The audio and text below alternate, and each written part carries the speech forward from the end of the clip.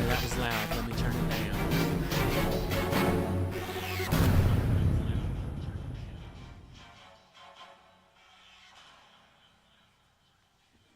See, it's specifically what I wanted that mixer set up for. It just doesn't really, can't get it to work.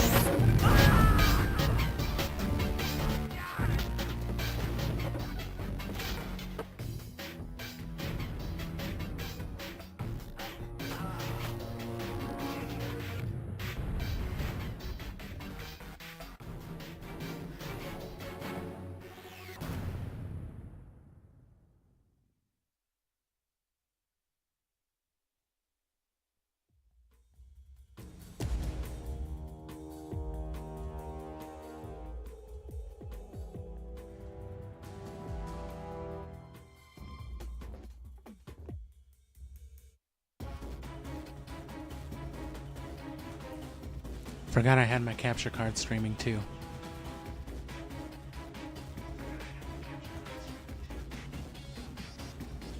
I mean, obviously, right? But, you know, I forgot I had the audio blaring all the way. I couldn't figure out why my shit was still so loud.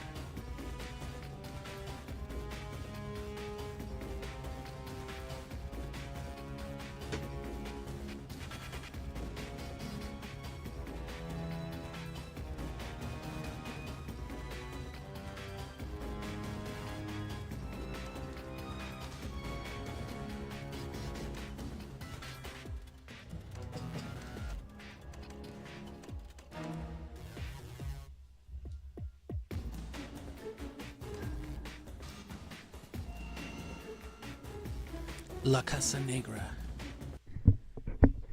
Oh, damn. I can hear myself loudly.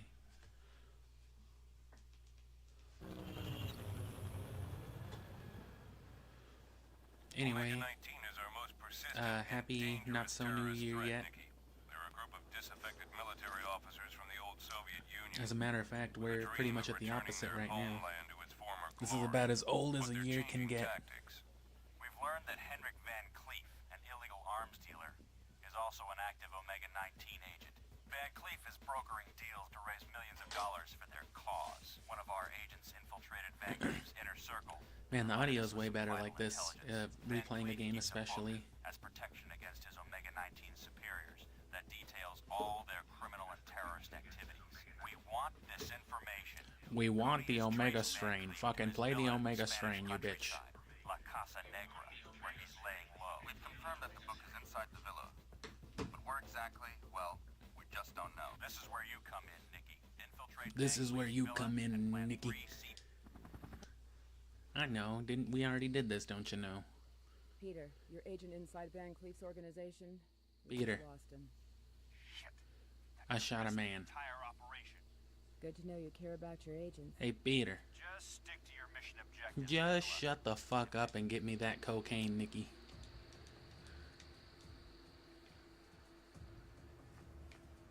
Place your first bomb on the car. look carefully. Place that ass on the ground, Nikki. What?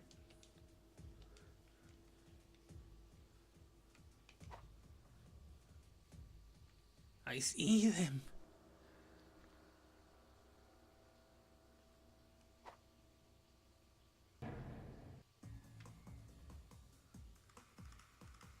Somebody just threw a Chinese star from the left of me. Where are they? Alright, well. Search this man. Oh fuck, a key card like Siphon Filter? But yeah, we're just, I don't want to get too rambly in case somebody shows up, but just doing some shit. One bomb planted. One bomb exploded. One plane crashed. They hit the second tower, Nikki.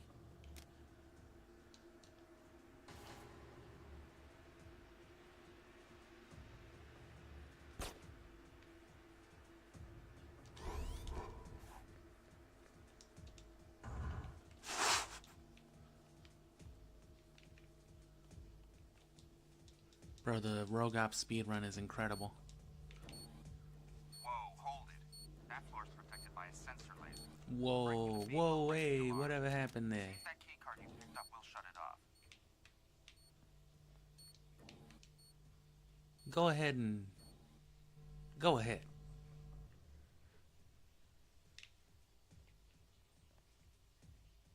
Dee-dee-dee-dee-dee.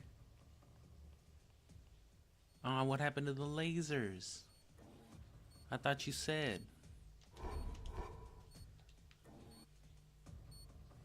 You gotta sneak and roll about.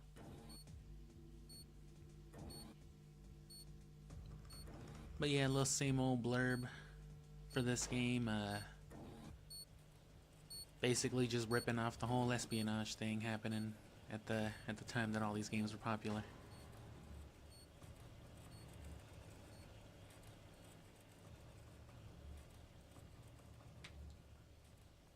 Nikki, what the fuck are you doing? Nicola. It's her actual name. Fucking Tesla bot. Nikki, you're a Tesla bot.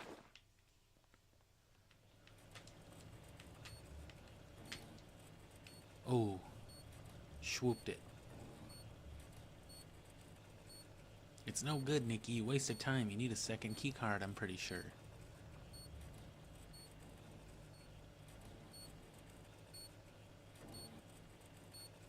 Nikki.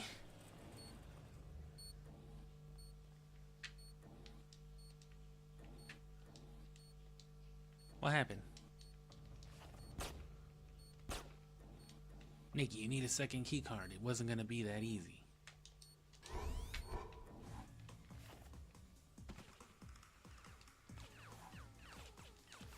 Bro, get out of there. Scrape ass, Nikki.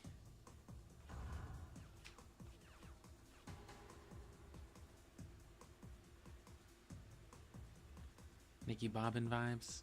What kind of name is Nikki Bobbin? Like Ricky Bobby?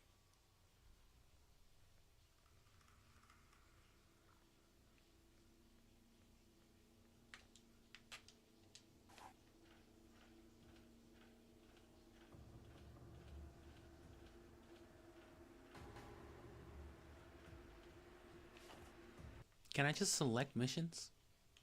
No.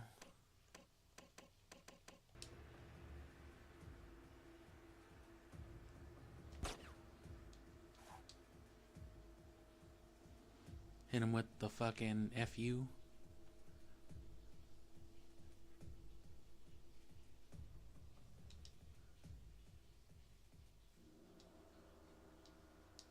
Fucking disintegrate him with some lasers. You remember that.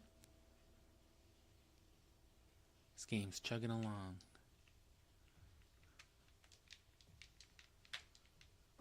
Don't drop the body, Nikki.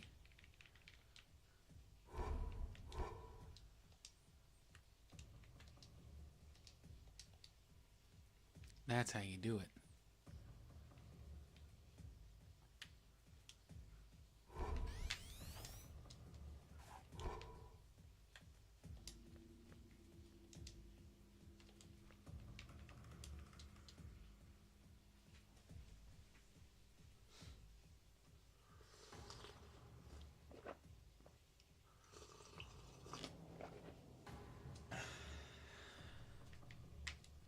Yeah, we played this back in like February.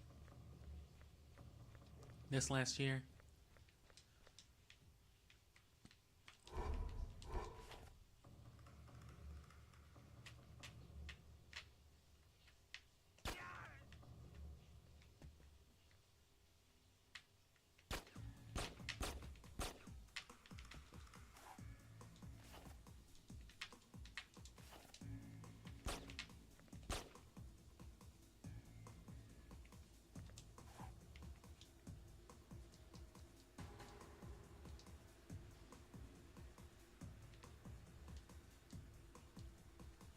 Obviously, I'm rusty with this game, but, you know, having played it less than a year ago, compared to, you know, however many years it was when I played it back then.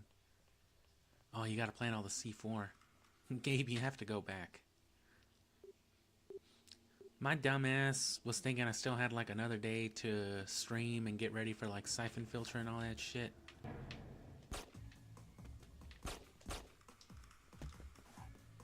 Because, you know, I knew tomorrow was New Year's, but in my brain that was like, that means tomorrow night is the night before the New Year.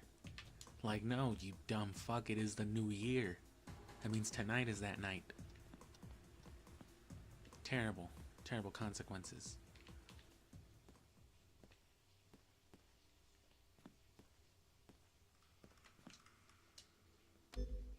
Fucking doors barred from the other side.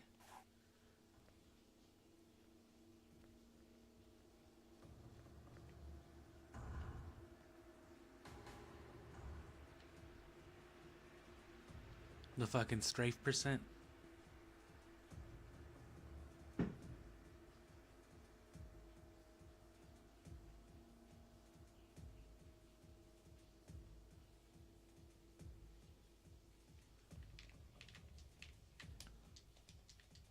Oh. Well, skippity doo dah. I hope I don't have to come back to this fucking room again.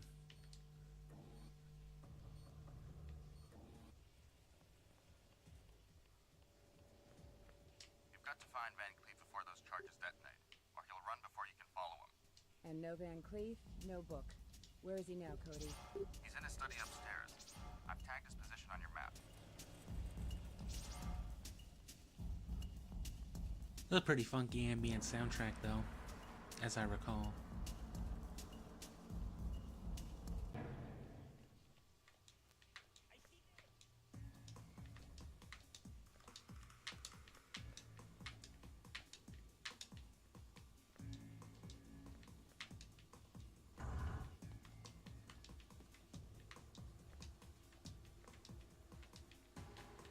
It's no good. You need to go from the right, not the left.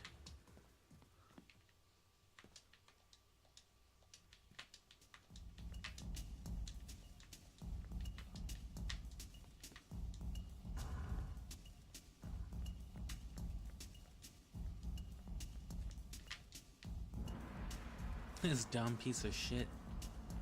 I didn't see nothing.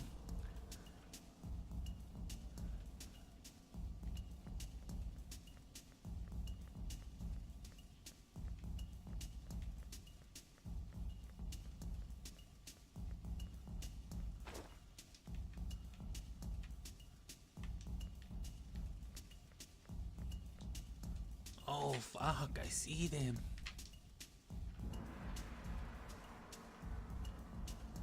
Oh damn, I'm gonna fail this mission.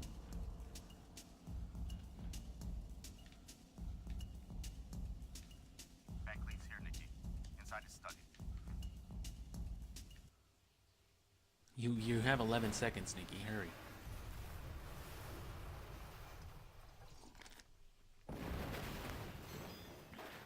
Fucking Nikola Tesla. For your own safety, you should stay here till we've dealt with this threat. Don't be stupid, man. It's not me they after. Don't be fucking dumb, you fucking stupid ass fucking piece of shit. Out of my way. Did you forget this was an M-rated Nintendo game, you fucking cuck? Targets. You there. Stop her.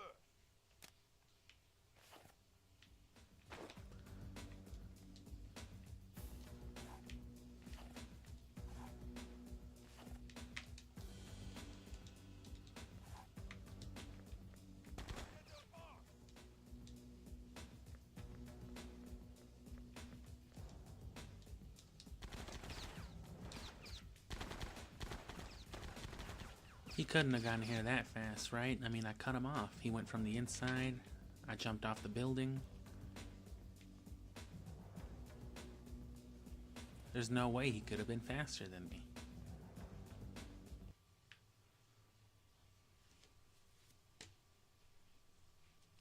But yeah, this game is edgy and hilarious for all the wrong reasons.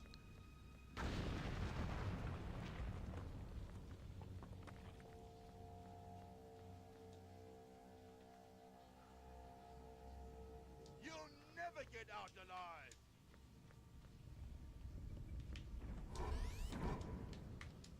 You'll never roll under this door.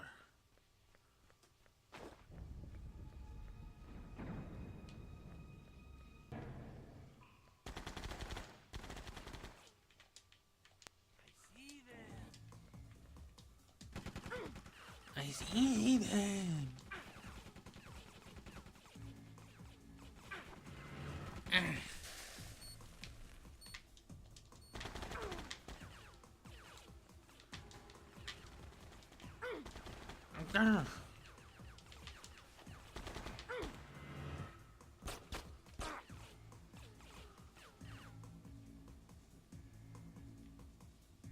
Well, shit.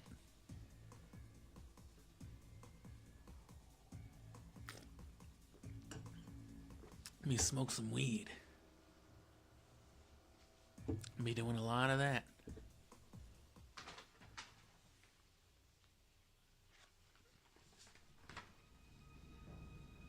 But yeah, the whole point of trying to incorporate a mixer into my setup was more so than anything, more so than like effects and all that.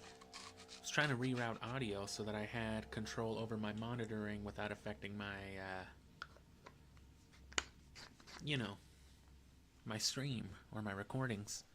Because usually the recordings sound fine, and if there's anything different, as long as it's steady, I can adjust it all at once. So let me make this quieter, let me make this louder, whatever. But, you know, if I'm constantly tweaking volume, it makes it harder to do that.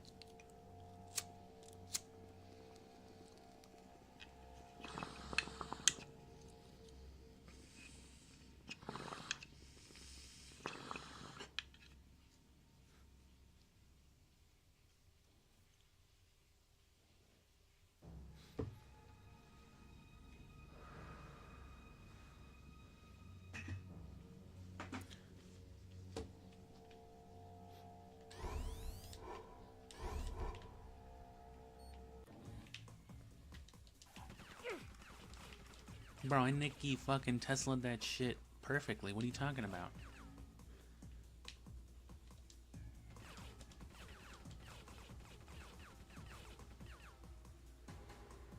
Fucking Nikki Tesla. It's not her name. I don't know what her last name is. Are you ready to fucking kill your husband?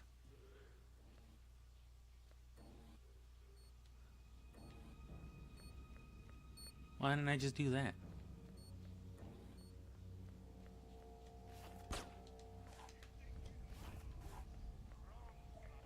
Wrong, slut.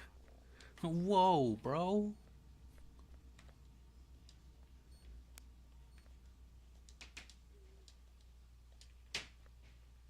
You think you're faster than a door, you fucking bitch?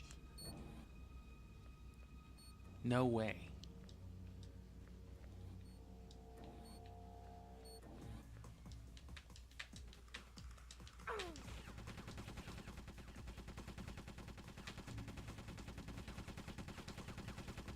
The fucking side fucking close-up of her face.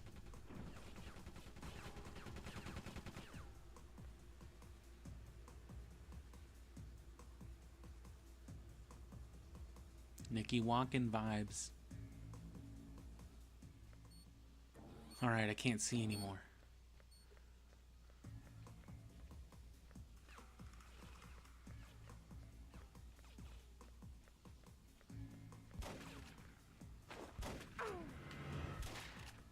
You rock down here with the Rex, assassin! Wrong, bitch.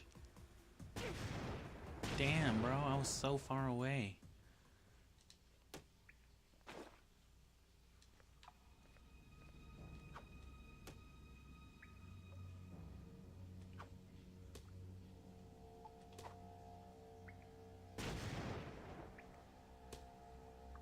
And there's something wrong with the shuriken. They just stay kind of like popping. But that means they'll do damage to anybody. Anybody who may chance be standing around.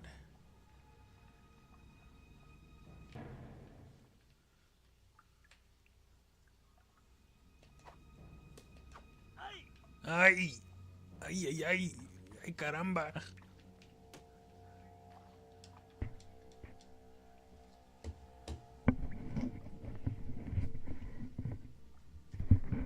You fucking idiot. You thought he had something?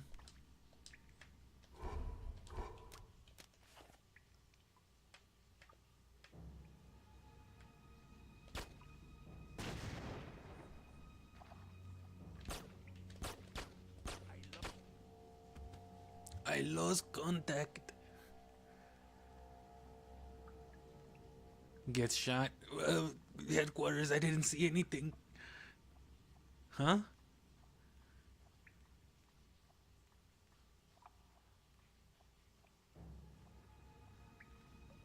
Nicky Bobbin vibes.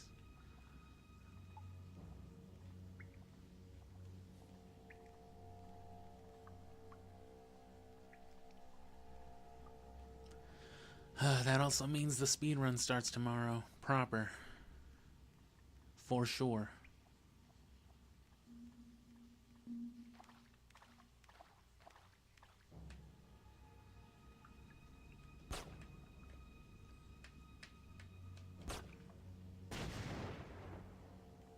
Oh, I can see the blast radius.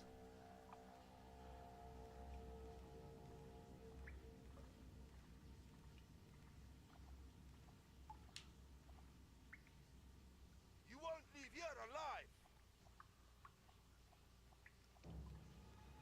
Don't you mean you won't get out of here in one piece, you disgusting bitch?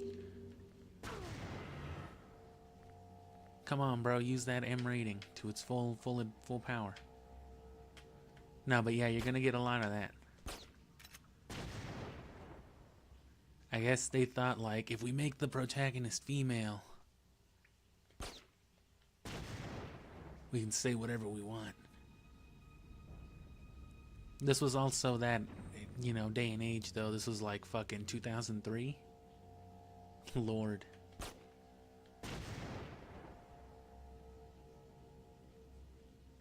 I don't know what the point of a switch here is. But yeah, those are all the reasons that it's funny. It fails to be funny when it wants to be. Go straight ahead. The guy we want you to kill is cornered. You could have headshotted him at any time, but you'd fail the mission. But once he gets to the basement... Hey, Nikki, you shot him before he got to his bedroom. That's not fair. We're scrubbing the launch.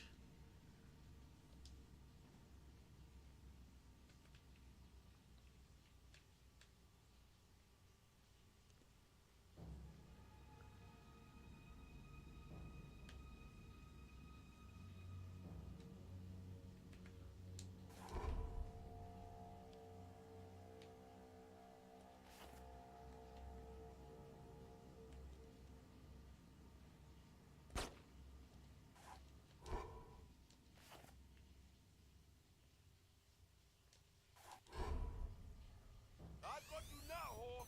You won't leave here alive.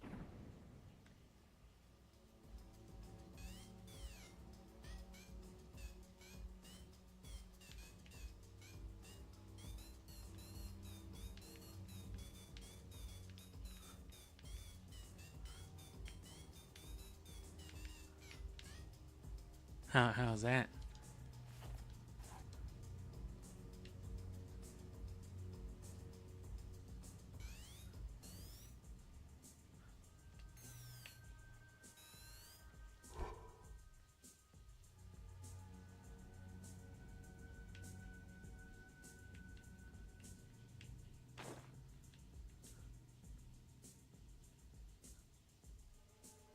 Secret agent, look at his fucking like thumbnail up there.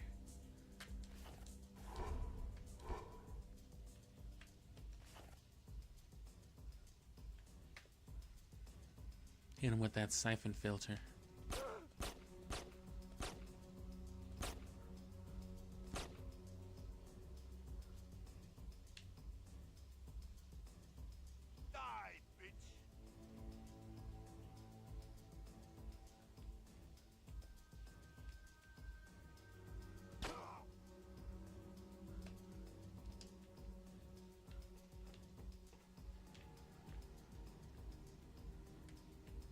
you gotta be... Oh, he can do some video game bullshit.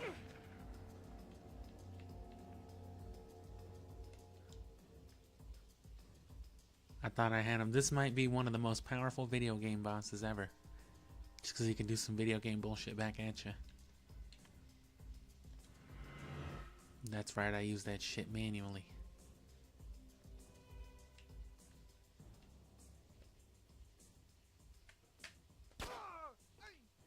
My elbow.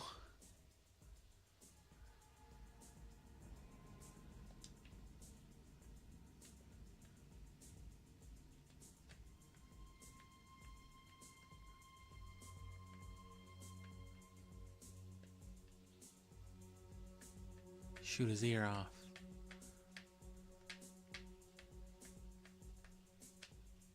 Oh, not my ear. I heard that.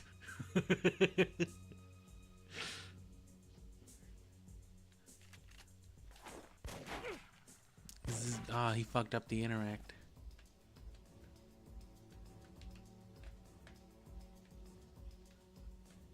Shoot his goddamn ear off.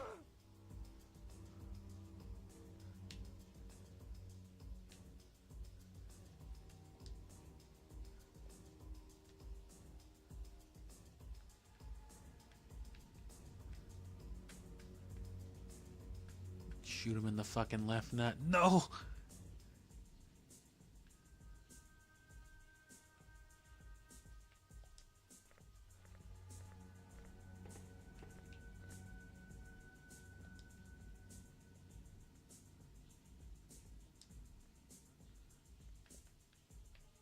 Shoot him in the fucking hairline. You bitch! Make sure you pick up the book. Make sure you do the thing you could have done at any time that would have made you fail the mission. Package retrieved. Get me out of here. Now.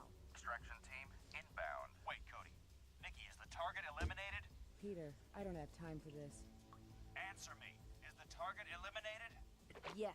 Good. I know it's just like some edgy bullshit anyway. Extraction team. Like, And make what sure if I he's said dead. Did no, you make Peter? sure he's fucking dead? You've stayed down there until the job was done. Like, why wouldn't she just However be long it like, took. yeah. Also, the mission was to kill him. Like, okay, make sure you kill him. Got it. I killed him. Okay, get the book. Cool. Hey, wait, did you kill him? Bro, what? Fucking tell me right now. Or I'll murder your children. Because I'm the good guy. Hey, beat her.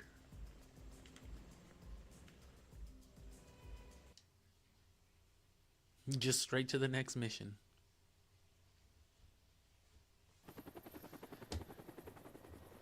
Anyway, that's enough rogue ops. Good work in I'm gonna Spain, get some more coffee. Justified my faith in you. Then why the hell aren't you bringing me home? Cody's been working on the scans of Van Cleef's book you sent us. There's been a development. It took some doing, Nikki, but I finally broke Van Cleef's code. It indicates a previously unknown Omega-19 operation deep inside Uzbekistan. We sent in an infiltration team to locate and eliminate this operation, but we've lost contact.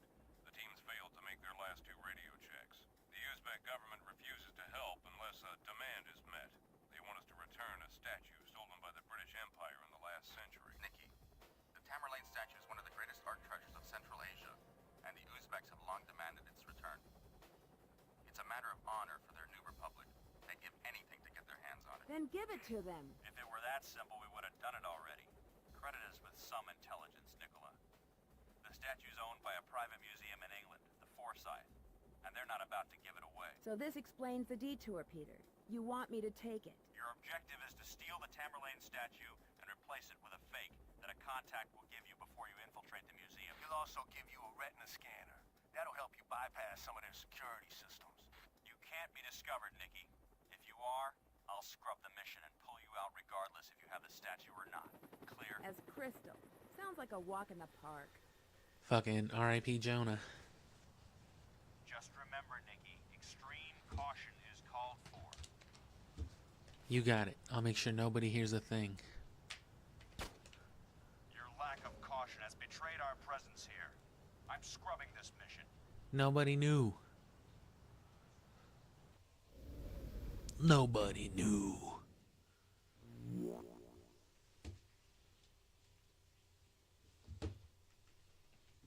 Don't press the home button.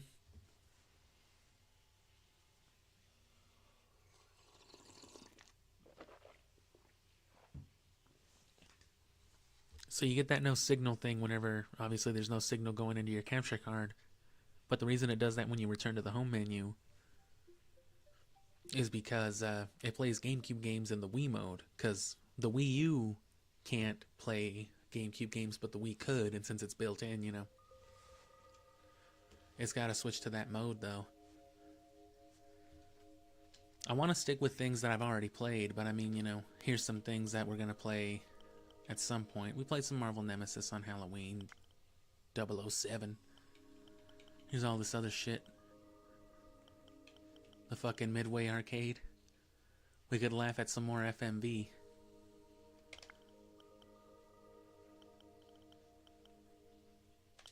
Let's do that, actually. This was a hoot. Fucking Eugene Jarvis really cracked me up.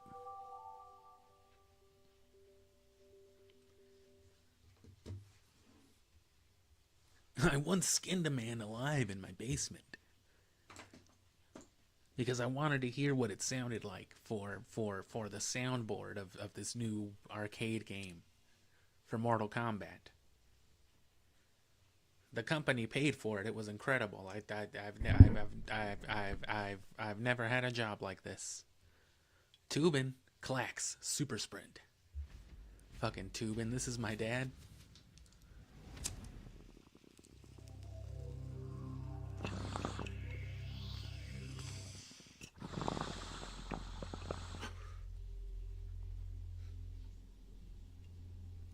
Some of that FMV is pretty nifty.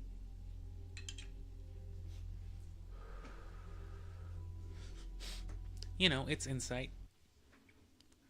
Do some topics.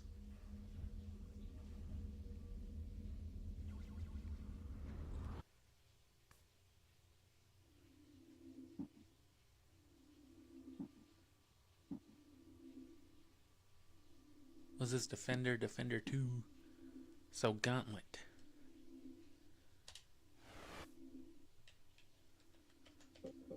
Oh, there were no Gauntlet.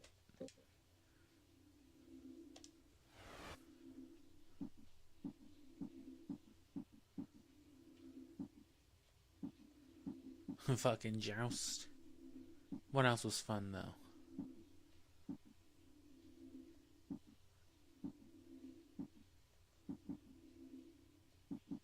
Oh no, Zybots was on the third one. Or no, the second one.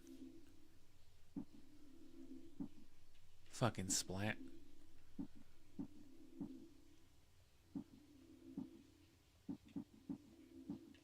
Were there any for Rampage? Damn, I didn't mean to click on the game. I don't want to play Rampage. Rampagi? I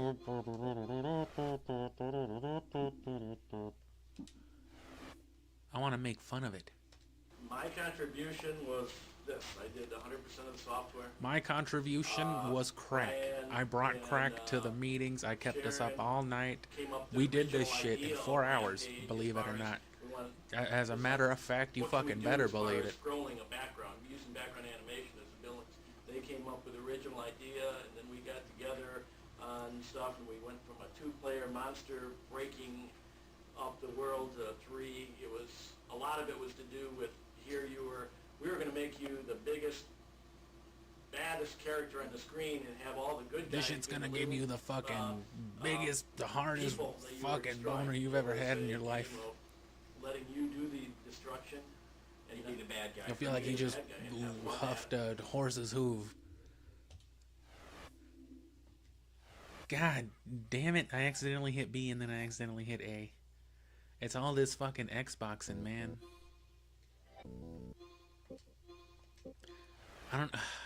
I probably won't even stream SMT5 again until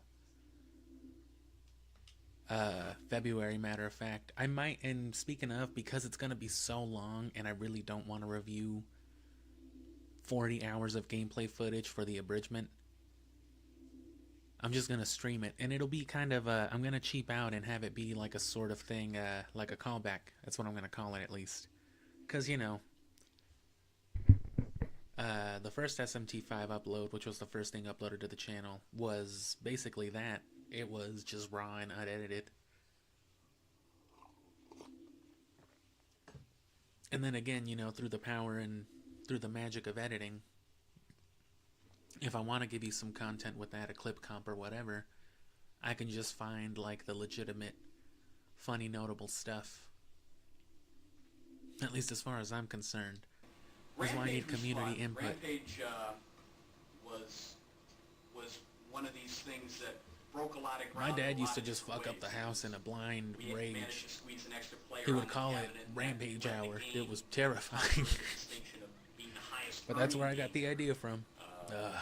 Yeah. So they wanted to do, once it took off, they wanted, you know, a lot of He used the to trade beat the magazines fuck out of wanted me to do, violently because covers and he stuff said like I that. So wore we really actually gay built- shirts. we But, mocked you up know. a scene wherein But look at got this some- fucking a dollhouse dinosaur, and though. busted a wall out of it and put some furniture in there, and I made a little styrofoam head, and this was pushing through the wall, so it was the cover of Would a the magazine. depressed person be able to make With this? Or whatever the because fuck Ben White said? rub with Rampage was you're destroying all these cities. There's 768. That's the best character in levels Parks and the Rec, if you original ask game, me.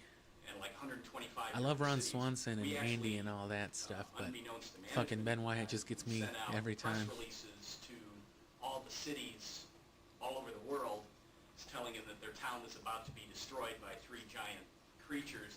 And amazingly, over 50 papers around the world picked up on it. And I mean, I didn't really include too much of this front other page- FMV in the front original page stuff articles just telling them because that, you know, you two can destroy I was getting Peoria so tired of in playing 5 this game. I seconds. wanted to get it all in one, you The know. peripheral stuff is as much fun. So I ended up not watching as much of the Stuff like this FMV. makes the industry fun, makes it fresh, makes every game fresh. It's some pretty good stuff. I wanted to watch the Mortal Kombat stuff, actually. Oh, damn, that's on the second one, though.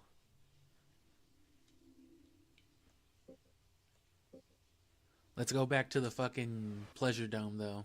Let me just watch this fucking Eugene Davis shit again. That was on Smash TV.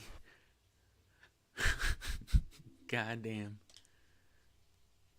I guess the really interesting thing in Robotron and Smash TV is you are confined to a single screen. They're called Tesla bots, bro. Really, in Robotron, it was the easy thing to do with the technology at the time, and it turned out kind of interesting. In Smash TV, we actually chose that, the dynamic there, because the cool thing of that dynamic is it's a confinement. It's a sense of being trapped and surrounded with no escape. And that was kind of really the cool thing in Smash TV is you're sitting there. Seeing your whole world. You see I mean, I everything made out fun of there, these dudes a lot, and but you it's have to like kill crazy everything. because And then they're just converging this on this you dude we're from looking all at right now sides. basically And you just have invented this what feeling of fucking entrapment single screen shooters and or these two dudes. collapse upon you, and you have to somehow flee. I don't know how much this you dude had to do with Mortal Kombat, but he was a big part of Midway, I blast your way guess. through this mass and get out. And He's got the same that hairline as the dynamic, fucking bad guy from is Rogue Ops like fucking 10 really minutes a lot ago. of fun, and once if you opened it up and allowed the game to scroll in any direction, if you allowed, a bigger play field, then it becomes, you kind of lose that dynamic because you can always just keep running. And here you must stand and fight, and it's the coolest thing is you think you're dead. I mean, there's so many times when you almost, you can take your hands off the controls. You go, oh man, I'm dead, and like you're not dead. You go, whoa, it's like you keep killing, keep fighting away, and like you somehow come out of it and go, man, Can't believe I survived. how to that. survive? Yeah, that's the key to all these Yeah. the successful games is that tight situations that you somehow escape from. Like back in those days, if you'd finish a game, like the Atari VCS games, if you finished the game, well, you'd stop playing it. So, I think it's important to always put in. When you some finish a game, dramatic it's done, and it's finale just like, that's man, what the very fuck? difficult to attain. So we were just So, like, hey, bro, we play it sent again. keys out there, and unfortunately, You got more what happened quarters? is people got so good at the game, they'd go through and they You know what's clear out another the good waves, arcade-style game that more I've been quickly neglecting? than we'd anticipated. Probably won't So play it the- for the like random gameplay icons that content come out, the and same one of way them as was a other random games. key, the key would come out. They But- wouldn't come out as often because they were so good at the game. So they would get all the way through the game, not have enough keys to get into the pleasure dome. The Die Hard trilogy on PS1, in particular the Tower mode, fucking Tower Man. That shit's fucking. That game scares me because it's kind of hard. Mutold Man Smash TV 2? We're talking about doing a Smash TV sequel. I mean, John came up with the idea of, okay, this game show and, these people competing, and it really still Even if you applies don't want to watch all 3 today's fucking marketplace, hour-long which is, midway competitive playthroughs, head-to-head activity, you can at least watch the dumbass about, FNV comp, creative because worlds. this shit's hilarious. I would love to do another dual joystick game. I mean, that would be so cool. Man, Oh yeah, it was a dual-stick shooter too. They kind of really put a lot of this shit into practice. But yeah, fuck that. Let me go back to the main menu. Let me throw on the second one, because that's where the Mortal Kombat stuff is. I did watch the cabinet footage they had, but there were like another 4 FMVs covering like the sound design or some shit too. I kind of just played them and made fun of them for like a second, but like I didn't actually watch any of them.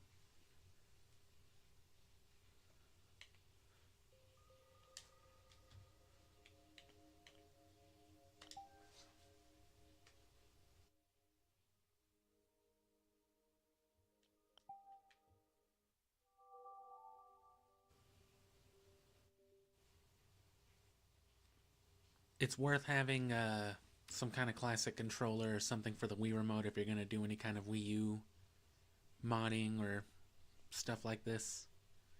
Just mainly for what you saw right there. Otherwise, you'd need either the gamepad or a Wii remote with a sensor bar and all that. Which fucking sucks.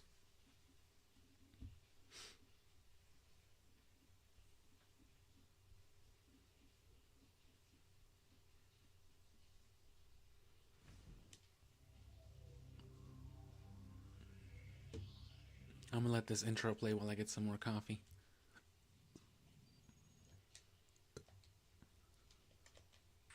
Or not.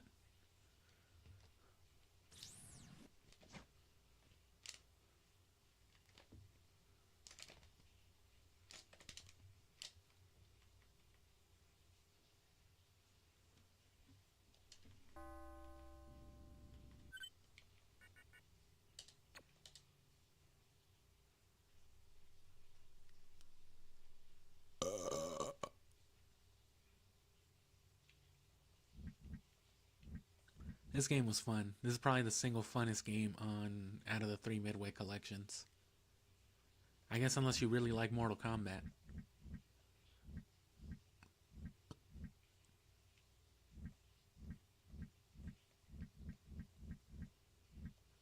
This game wasn't bad. It was a whole ass vibe.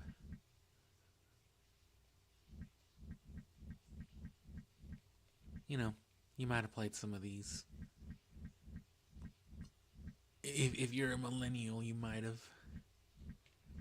Maybe. Even then, that was kind of late in shit. I started the game instead of going to the FMV. Let me just load up I'll let this intro play then while I get some coffee.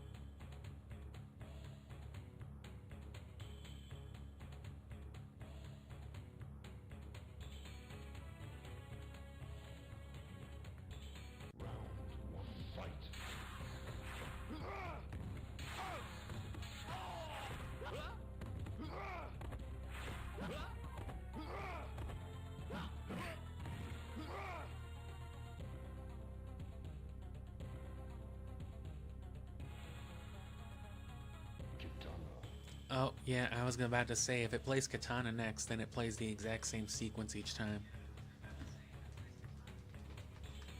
Because that's how I got those 2 NFT shorts.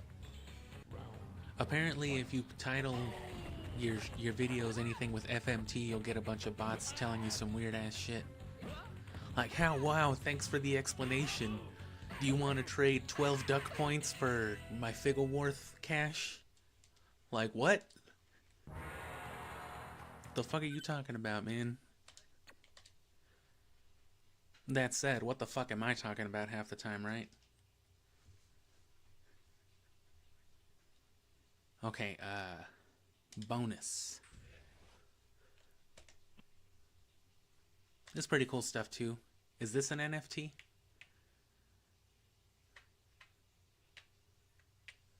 They should have given you an option to remove the HUD if they were going to be displaying shit. But that's okay. It hurt so good they had to come back for seconds. Why not minutes if it was so good? Oh, this is just the launch kit.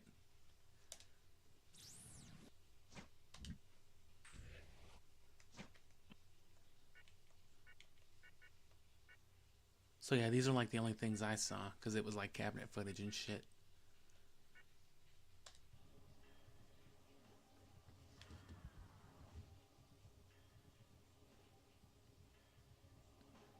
Whose idea was Mortal Kombat? Eugene Davis. Hey, it's the purple shirt toasty guy. That's him. It's him in real life. Oh my god. My name is David Mikicic, and I'm a graphic artist. My name is David Macacasaur.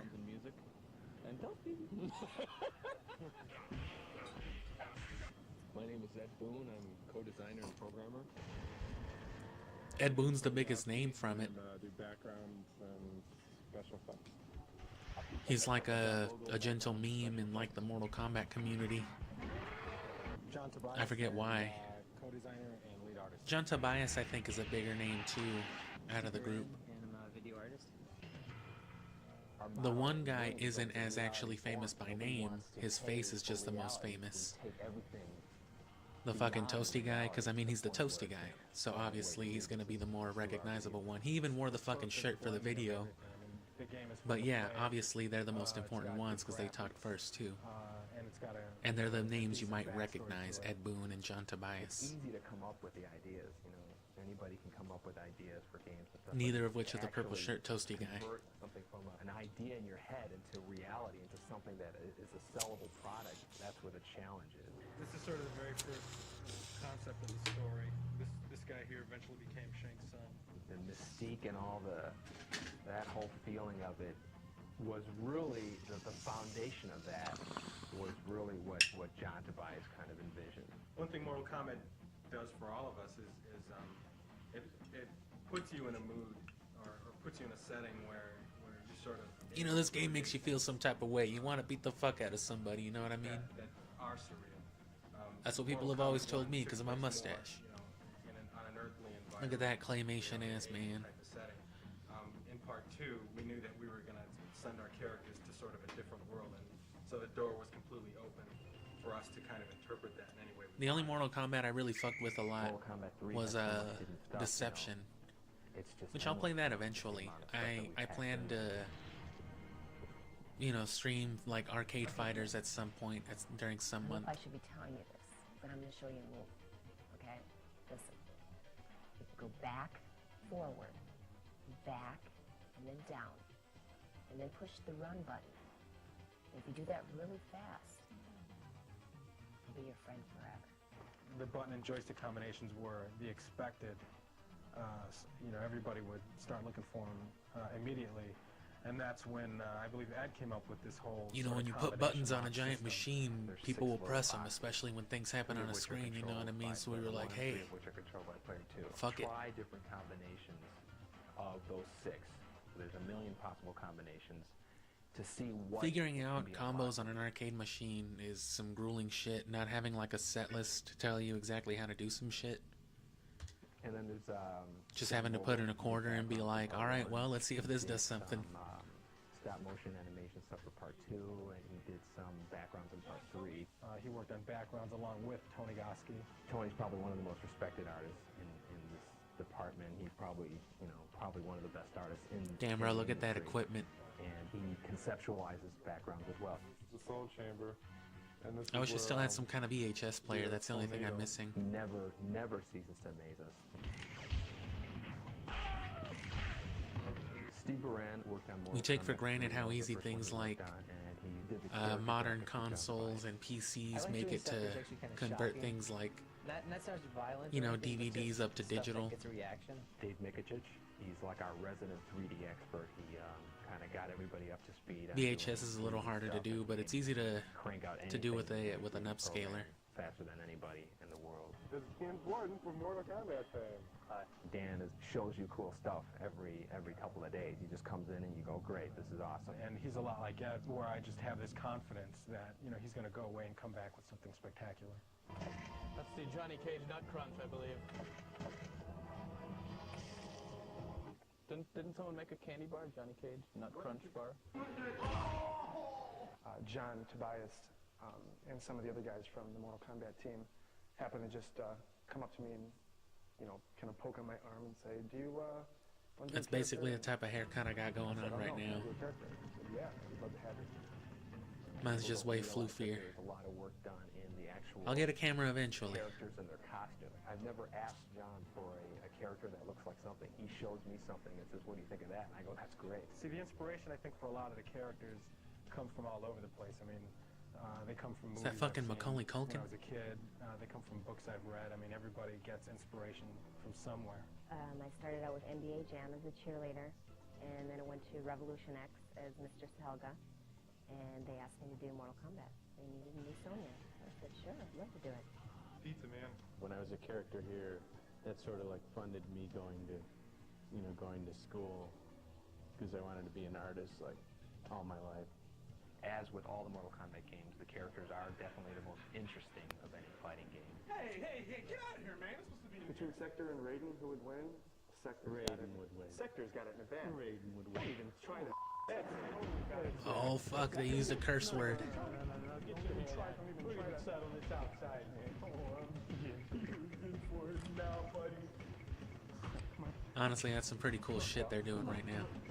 Well, let's see, a character would probably first start with me sitting down staring at a blank wall for a little while, and then after a while something will hit me and I'll just start sketching around different ideas.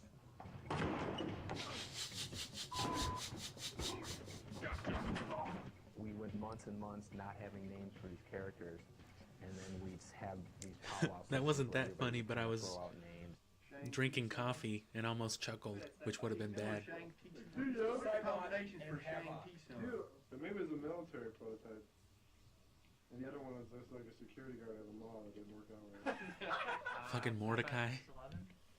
There goes X11. See, anything with X is cool. I like X11. Rigby, stop smoking fucking weed and design these characters. Yeah, no, but I think it sounds cool. It does sound cool.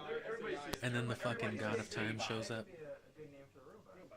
We're gonna have Mayo as the secret character. No Saigon. Oh, man, why? DEFCON is overused. Where? Everywhere. No. I've heard that so many times. Yeah, every time you watch War Games. Why did everyone have that fucking shirt in the 90s, man, or in the 80s, whatever this was? That shit's disgusting. 95% of them, somebody would say a name, and then there'd be one of us, of the 5 or 6 of us, who would just, have a heart attack just because they hated it so much. And then we're like, okay, I guess that's a no.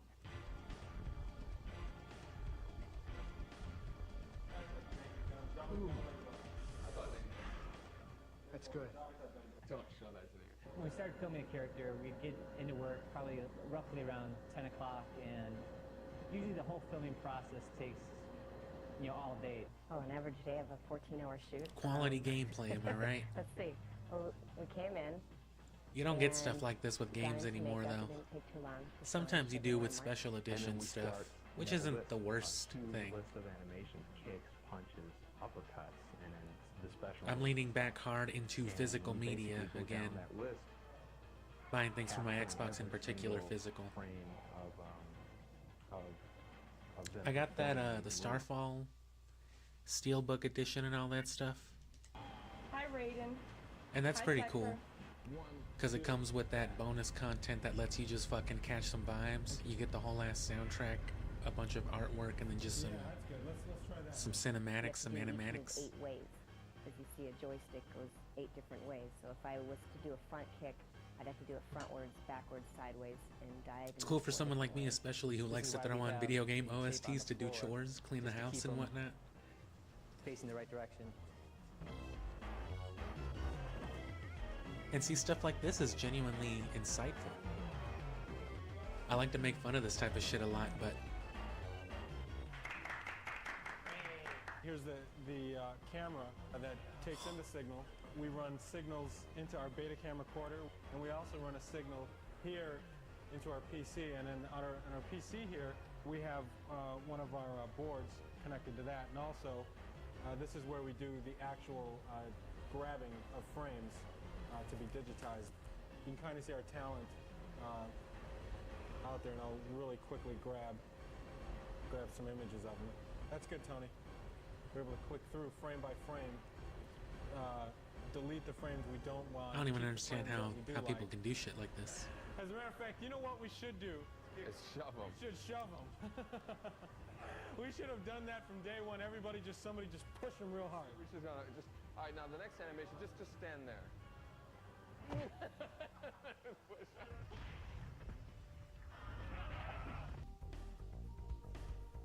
The day that we spent filming is probably, you know, like They sure are getting 2% these camera angles, of the huh? entire amount of time that has to be devoted into doing it. Once we get the digitized image, it's a lot like painting. And right now we're going through a process where we sort of filter the images through. We'll grab the image and Steve Baran will start and do some Photoshop on the guy, and then we'll hand him over to Tony. Photoshop. Touch up. And then it gets passed over to me, and then I do some of this more detailed touch up, and then I give it back to Steve, and he kind of separates the different colors and creates the different palettes, and then we give it back to Tony, and he does the final touch up and stuff and gets it ready for the game. I fucking love that chunky monitor look. I did a drawing of this and everything. I kind of wish some of that style would come back. In any lighting, any angle you wanted. Dave Michich did this, the 3D version. This is just ornamental, you know, just like kind of a really neat background thing. But I was telling Ed about the story, like it's a soul cage. I'm working on a friendship move for our Shigoro. Damn, bro, even the inanimate object. She doesn't have a real name yet. Her move is she's gonna turn around and she's gonna pull out. Her move is she's gonna turn around and bare her whole ass, just like you're looking right now. Fucking Darth Vader. Oh yeah, it's exactly what's happening. This is Shang Tsung morphing into the robot ninja, who we call Ketchup right now, because Ketchup. right now there's a red guy and there's a yellow guy, so we call them Ketchup and Mustard. Ketchup, they Mustard. will have real names later on.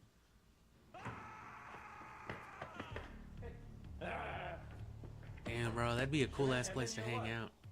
And then we can give them numbers, so if you poop on you too, you know. Right. Arcade machines are impractical, especially for like the home. Possibly happen. But having a place for them would be fucking, sick. If you could have just like a garage or a shop full of machines. The computer's very dumb. It'll just stand there. It'll let you beat it up, and then as you fight the second guy, it'll get a little smarter, and then the third guy a little smarter. And it has to be progressive. It has to be something that's, a smooth increase in the difficulty. Because if you play the game the first time and the computer kills you, you're not going to want to play it again. There's comfort in knowing that the other person is doing their job beyond your expectations. The good thing about working with that is you can hand them some artwork, and you can, you'll see it in the game pretty quickly. Time! You tell me time! Oh, whoa, that was appropriation. That was awesome. Well, we test the games. When it comes close to the time that the game is done, they have us come in and we just play. We test the play 'em all day games. long and look for bugs. The difference between Mortal Kombat 2 and Mortal Kombat 3 is that they added a run button, and when you use the run button, it makes you aggressive towards your opponent. You're gonna have to keep on using the run over and over and over to attack your opponent. What we're gonna show you now. Oh, well, see, that's like straight up insider That'll info get you right started there. playing. A lot of characters have a simple combo with kicks, which usually involves three presses of the same button. Like Cyrax has, it's you press high kick twice and then back and high kick for the final hit. He does 3 hits and knocks the opponent away. My favorite move would probably be Kano's chokehold. It'll be down towards low punch. One of my favorite codes is disable blocking. Each player presses block twice. Oh yeah, I don't know any of those fucking codes either. Screen, and it turns off blocking, so you can't be a defensive player. You have to play offensively or you're going to lose, because there's no way you can block anybody's hits. That's a lot of FMB. What is that, like 18 minutes?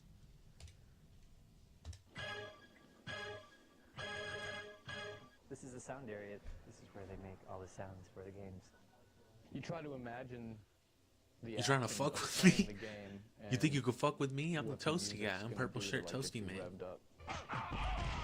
That dude's high as fuck, bro. Ed gives me a videotape of just sort of scrolling through the background. Nah, hold I just on. look at I guess I that. shouldn't be surprised.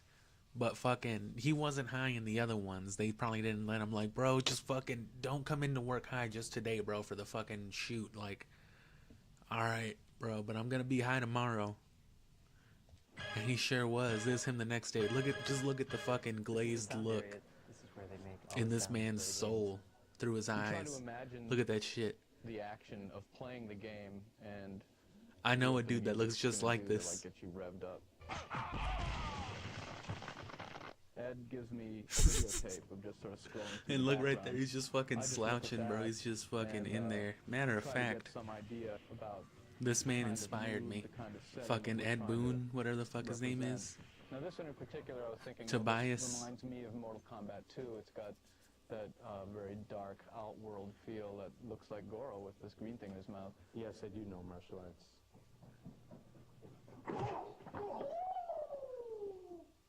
Kung Fu.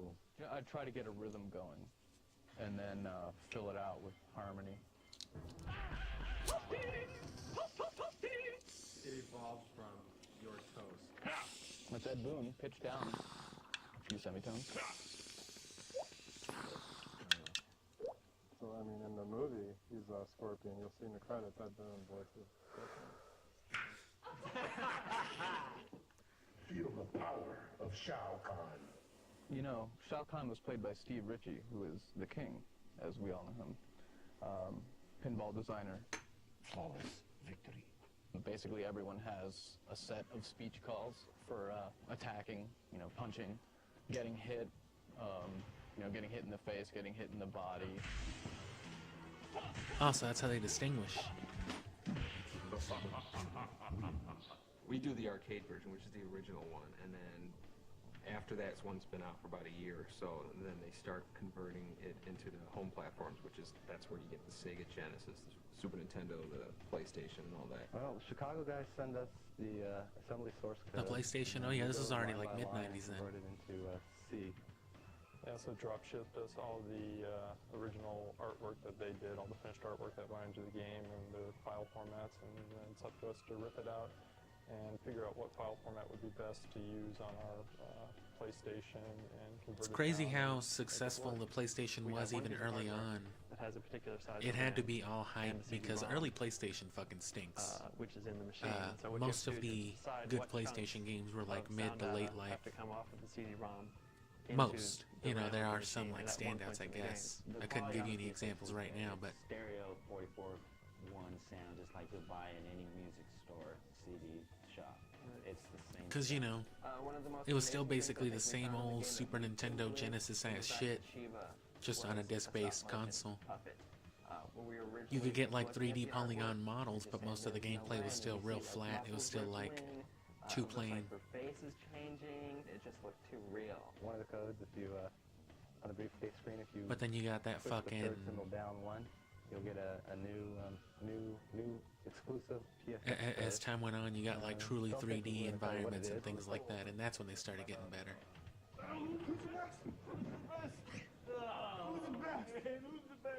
I wonder what this was originally recorded for. Because this stuff would have had to have been recorded, some years, anywhere from like 7 to 10 years prior to like this compilation coming out. So was it maybe just like some VHS shit? Was it, you know, promotional stuff?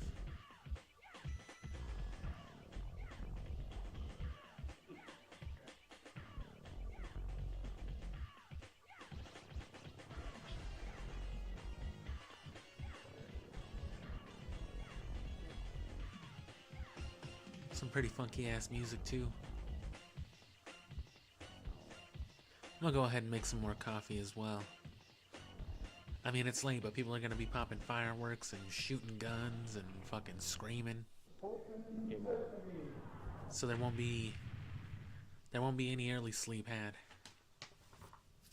I'll probably get a late start on the speedrun tomorrow anyway. Take advantage.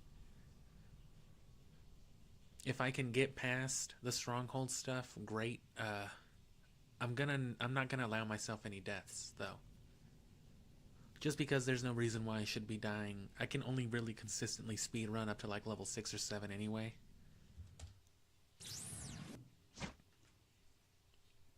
And so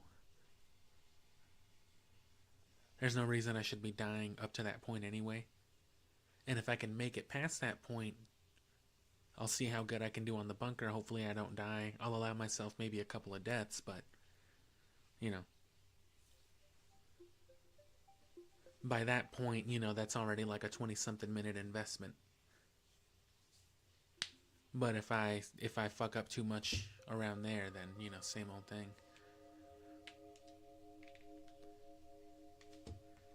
I forgot there's still another whole ass Scooby game on the GameCube to play, Unmasked, because I already did Night of 100 Frights. I already played through Mystery Mayhem. It was a while ago, too. It's just, with all the siphon filter practice, you know, I haven't gotten around to finishing the primary edits for it. But, it, you know, it's done. It's chilling. I finished it somewhere like early November, I think, so it's been done for like a month and a half. I got through like the first couple of dungeons of Wind Waker 2 and then eventually didn't finish way before that even too. Had I known I wasn't actually going to stick with it, I would have just dropped that one short earlier, but I'll probably drop that content eventually when I start doing more Zelda stuff.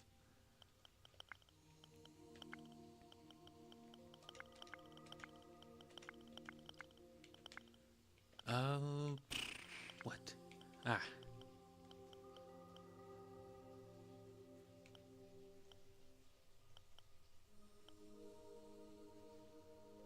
Hell yeah. All kinds of shit over here.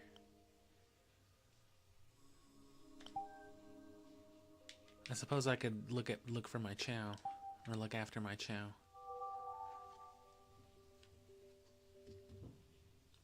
Me's never really looked too much like you anyway, but I should really update that one. Anyway, enjoy your Sonic intro vibes.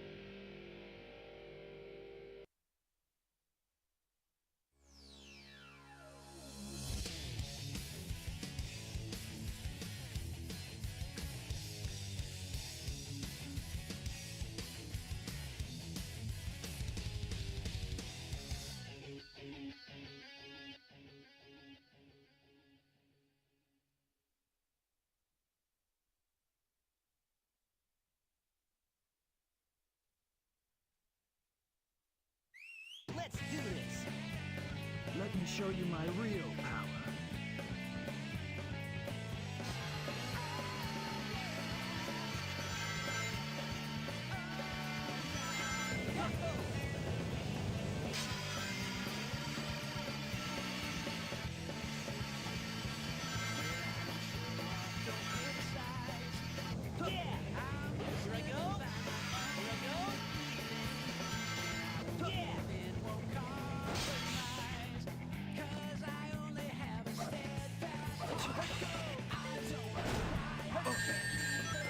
Bro, this song is like the most blatant lie.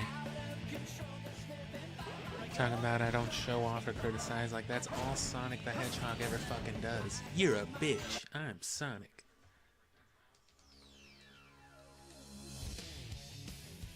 And of course we're only gonna do the good part of this game. I think that's my childhood file. Yeah, I didn't play that long this last time. Actually, I don't remember now. Because this is longer.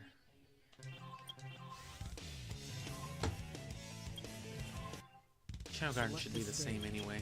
Who will you be?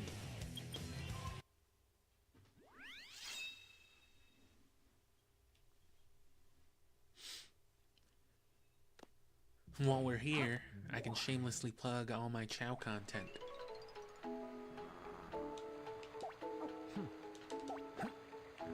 Haha.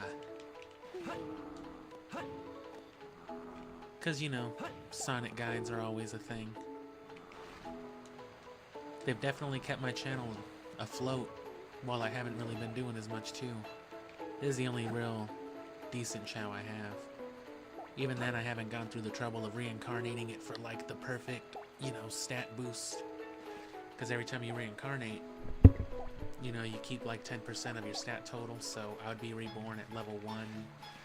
Or, you know, this Chao would, with like 270 in each stat. So then at this level it would be like at, you know, 3,000. Which there's really no point. Not unless you plan on getting competitive with like other people. Which you can. If you want to have cooler and better Chao than your fucking friends.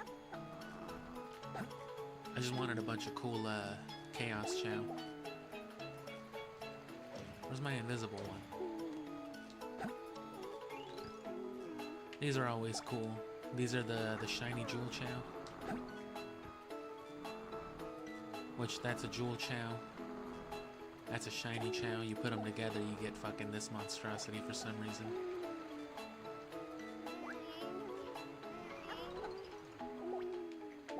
I kinda don't like the look of this one. This is just like a shiny black. I think just a regular black would have been better.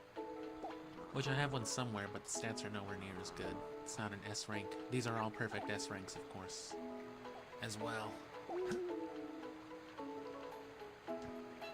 The Sapphire Jewel Egg you gotta get from the fucking Game Boy.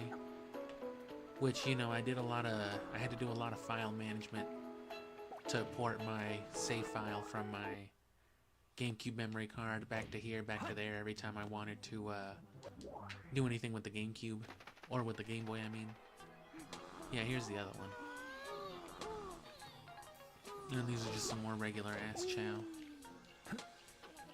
I'll do stuff with these eventually, I just gotta remember exactly what I was doing. Who's who, what's what. Shiny yellow, that's definitely a sick ass color though. This is an old Chao from like when I was just playing the game.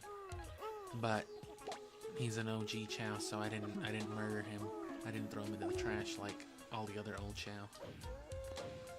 If you ever need more regular ass Chao, by the way, I mean if you have a Game Boy link cable and all that, such as myself, if I was playing on the actual GameCube, you can just connect to the Tiny Chao Garden and they always sell regular ass. Oh. They always sell regular ass rings for free. They just give them to you basically. Select a stage.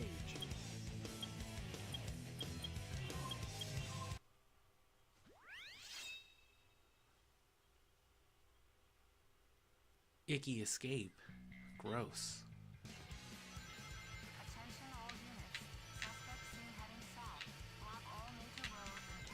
wish I'd been streaming when I was doing all this stuff like a few months ago, because that would have been the perfect thing to stream, all the fucking Chow Garden stuff. It would have also been much easier, like video management, instead of having a bunch of downloads on my computer.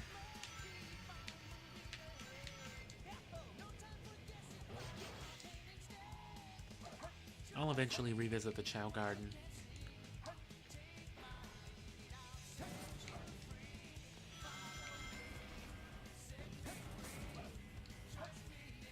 Oh.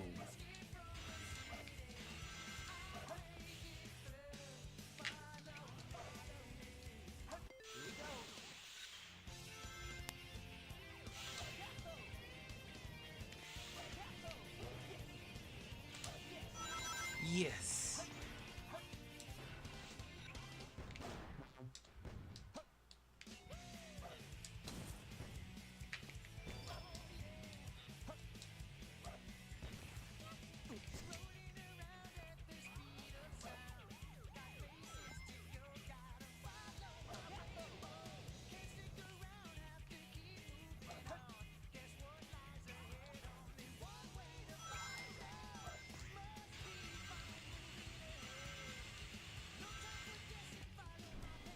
The worst part about the Chow Garden is that stuff like this doesn't count towards it. You know, towards like the time. So your Chow aren't aging, they're not doing anything right now. They're like in fucking stasis.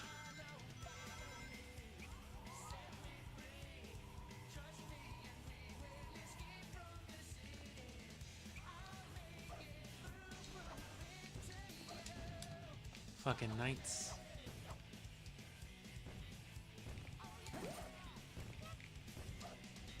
Knights apparently had its own, like, companion thing that was basically just like Chow.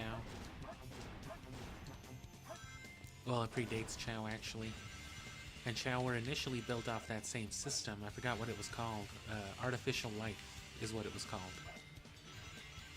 And there's apparently still a bunch of unknowns with it. Which is what makes, you know, raising Chow so confusing sometimes. There's still lots of stuff with Chow that don't really know. Because some people still swear that it's possible to, like, force death and things like that with Chow, and I don't disbelieve it, you know.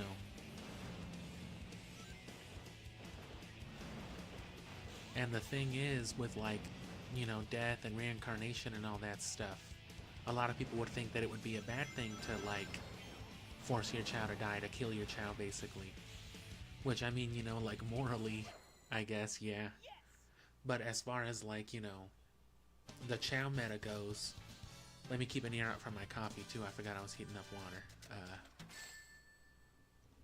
But as far as, like, yeah, the Chow meta goes, if you go back and watch all my Chow guides, you know, where I explain it a lot better with, like, proper wording and whatnot, there's, like, no difference between the process. It's just, like, the values. So if I force my Chow to die, once it hits that state, it'll always, you know, it'll always be ready to die. But then if you can just force it to like you, then it'll go into, like, its death cocoon, but it'll reincarnate anyway. Because that's just how it works, you know. Oh, there's my coffee.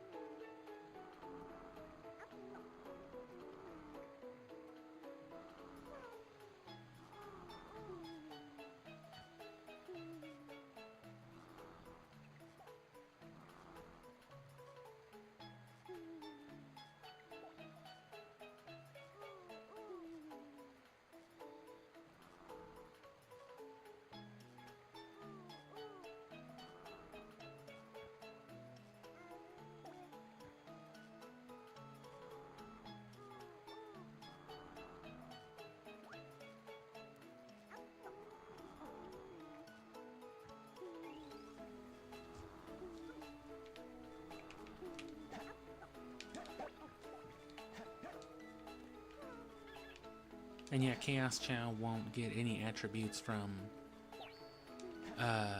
animals or anything like that.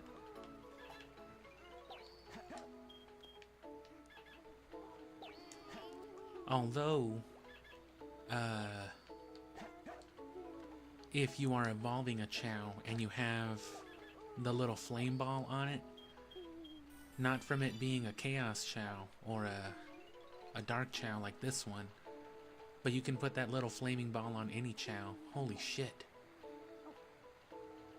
With the use of, I think it's the ghost animal or like the skeleton dog animal. And if a Chow with that evolves into a Chaos Chow for the remainder of like that loaded period, so until you leave that garden or whatever else, it'll keep that flame ball, so you can have like an angel Chow with the flaming ball. But once you leave the garden and come back, it'll revert back to normal. Select a stage. But it's just a cool little visual glitch.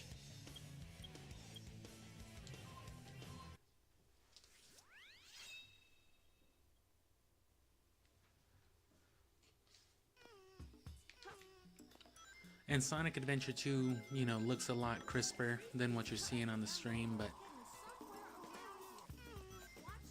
I don't know if it's my internet or my PC, but I just can't stream at 60 FPS. It just fucking chops up like crazy. So 30 FPS it is.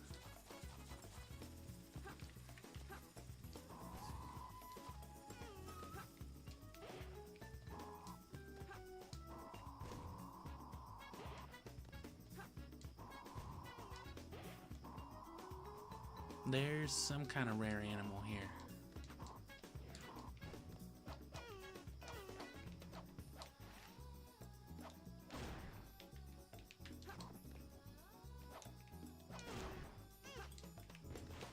Fucking turtle friend.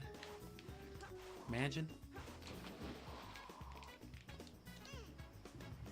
It is my giant turtle that fucking takes me underwater, bro. Like, damn, that's fucked up. Shit. Oh. And there's something here. Some kind of animal, I forget. It's one of those things that you only keep in your mind while you're like raising Chow, and then it's just like, oh, I forgot where the secret spot for the whatever the fuck rare animal is. Hey, look at that.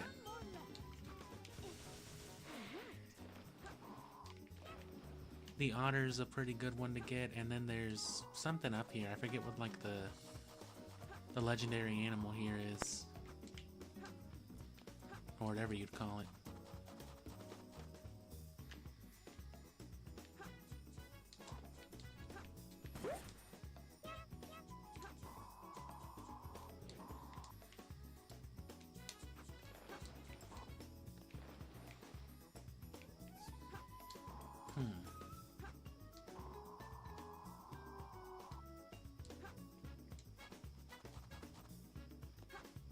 Oh, my shadow was over there. It rendered my shadow, but not the pillar. It's not dynamic like that. Another otter. It's important to know like all the hot spots, I guess. Just because you want to know where to get your swimming animals, your running animals.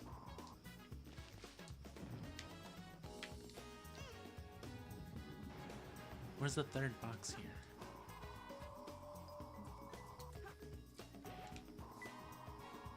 And then of course it's important for getting a Chaos Chow because they need every animal. And that's easy too. Just give them at least one of each. And then make sure they evolve neutral. Ha! The unicorn. Yeah, there's another unicorn somewhere in that other oasis area. I just forgot where.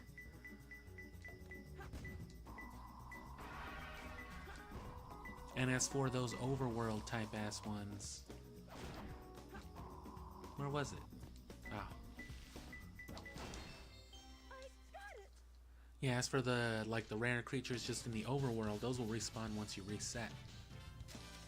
And then you can also maintain. It's all too easy for me. The levels also remember which chow boxes you got already, if you've gotten 1 or 2 or 3. You lose the key in between saves, but it'll remember if you already got like the second or third one. So if you get 2 boxes, go and get the rare animal and then reset and get the third, and then get another 2 boxes, it'll treat that 4th box like if it was the 3rd one. You know what I mean? Because it knows you already got the rewards from the 2nd box.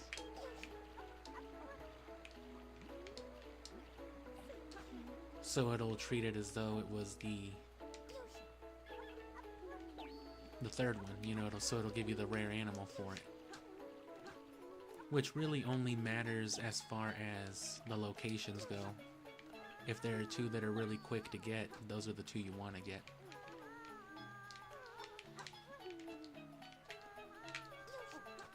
And this is all assuming you either can't do the animal exploit or just don't want to. Which, if you don't know what that is, oh, that's...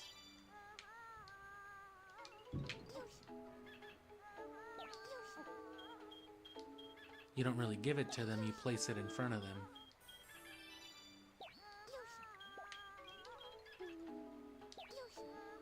And there's, of course, a optimized way to do this too, the animals you want to use and how many of each to fill it all up as fast as possible. But you know, they fucking really gave you jiggle physics for putting down the animals. Damn. If they're that buoyant, wouldn't they just not go down to begin with?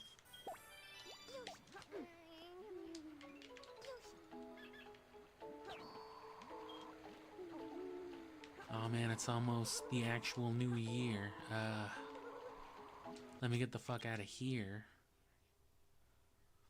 And I don't know if there's anything else on the Wii U. Well, you know, any other games on my Wii U, I should say.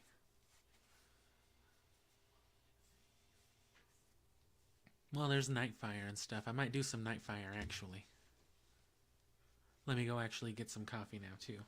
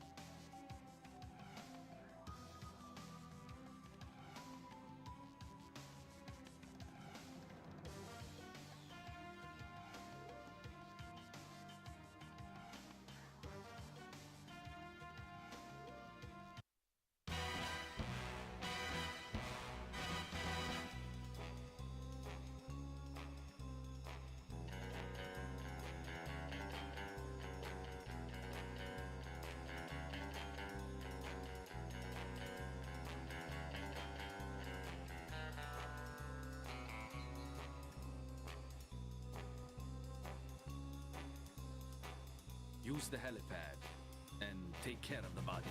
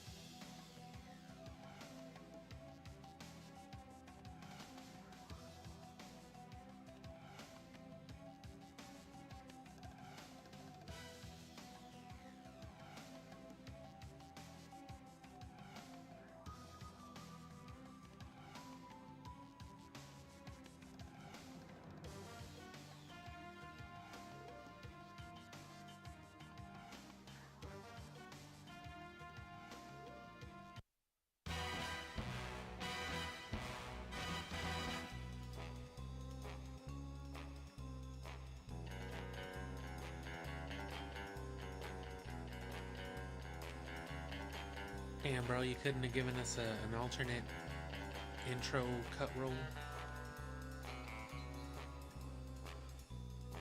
Come on, EA. Use the helipad. Use and the take care of helipad. the body.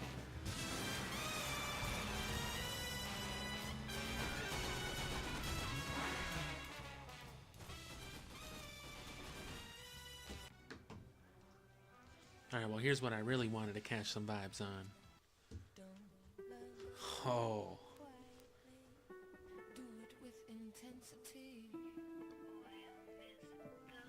Now this is music.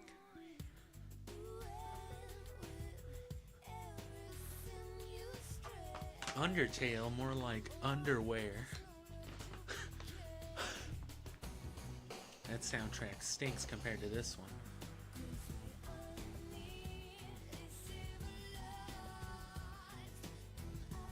Oh.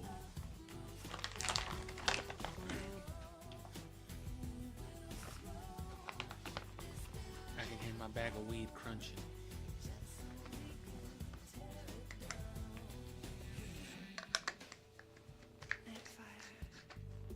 Fight Nighter. What did you call me?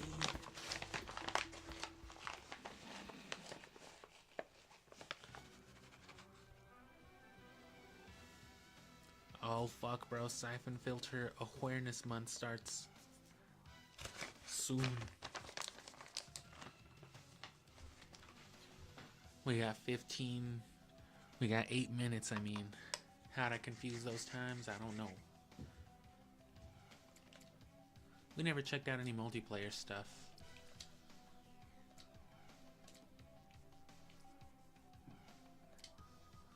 Three enemies await you in the arena.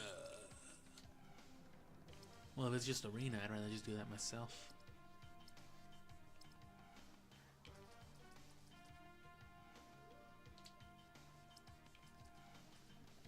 Waylin, Sacramento,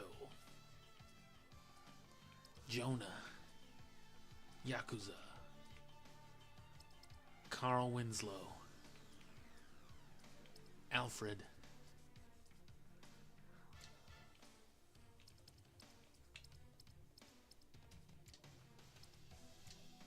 fucking AI.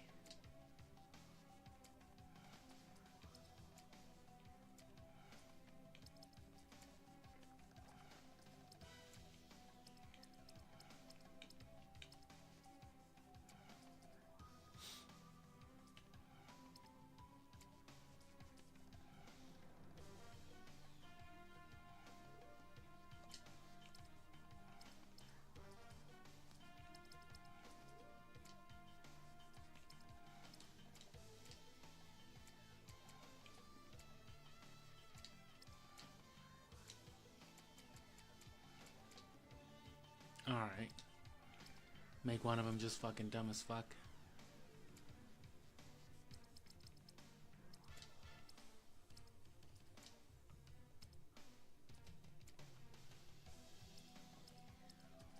Pistols. You can only carry one pistol and one large weapon. Damage is realistic. So that means you get shot in the head and you're dead?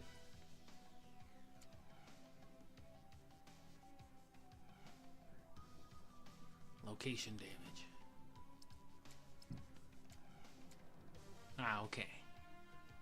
The agent's name and team color appears overhead.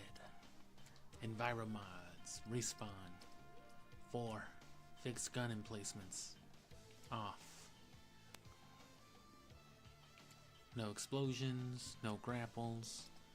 Mini vehicles. Helicopters.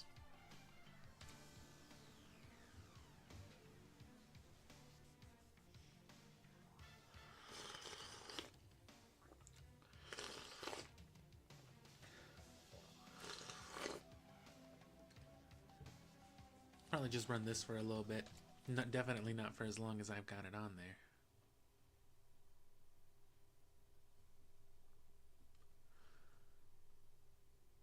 A bot? Well, I know where that guy is.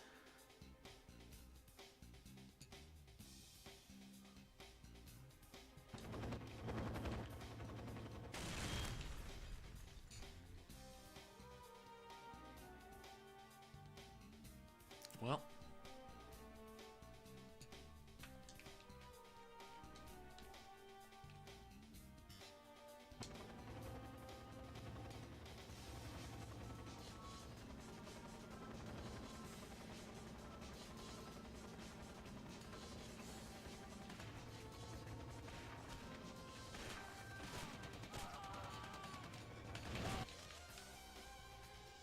Ooh, I killed them both. I killed him with a helicopter crash, I guess. That'll do it. A fucking RC plane straight to the fucking... to the face.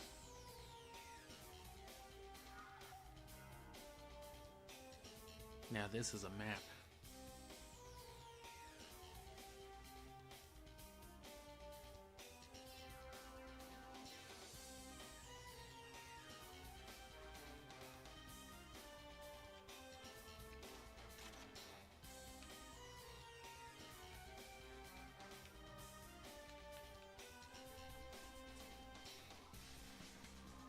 Oh, this is so intense.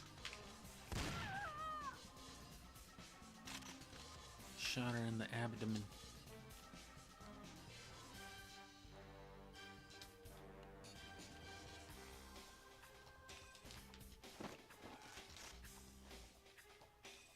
Oh.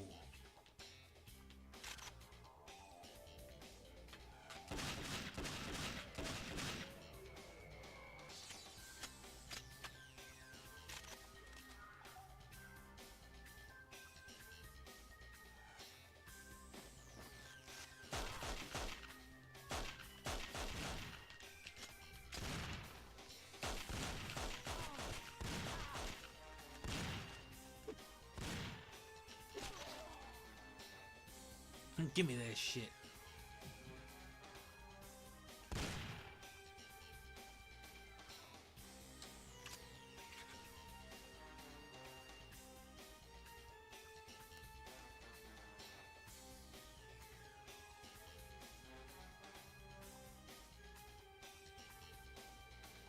There really shouldn't be a radar.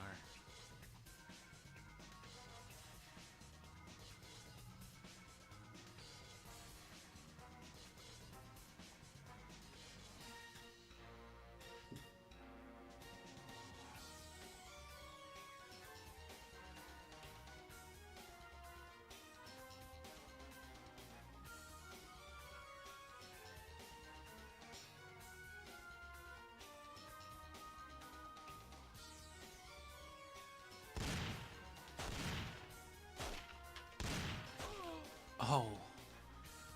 You hit a little jiggity juke on me. Fucking Jablinski.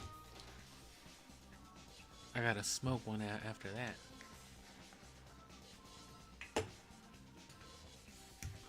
about to start popping off out there. Less than 100 seconds. Probably significantly so. Yes, less than 60 seconds now. Ain't that some shit? Well, thanks for drifting by. No one's here to hear the thanks now, but you know, whoever, wherever. The new year starts. It's officially January in a few seconds, which means I'll be playing some Siphon Filter tomorrow. Whole lot of it. Speedrunning it, going for the world record all month.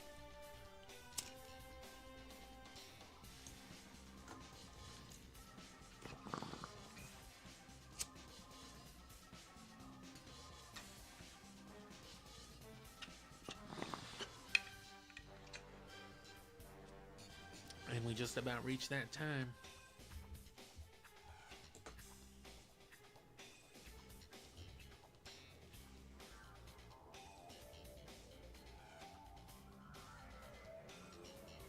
If you heard that, that wasn't fireworks, those were gunshots. 'Cause this is that type of town.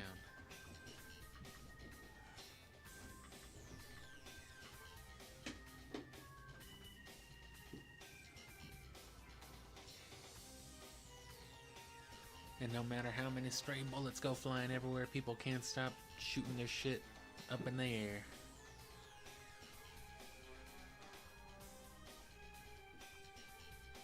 There are some fireworks, though.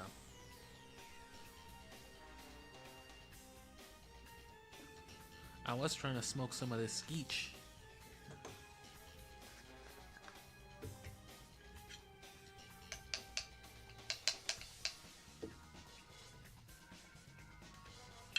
But I didn't quite clear my bowl right the last time.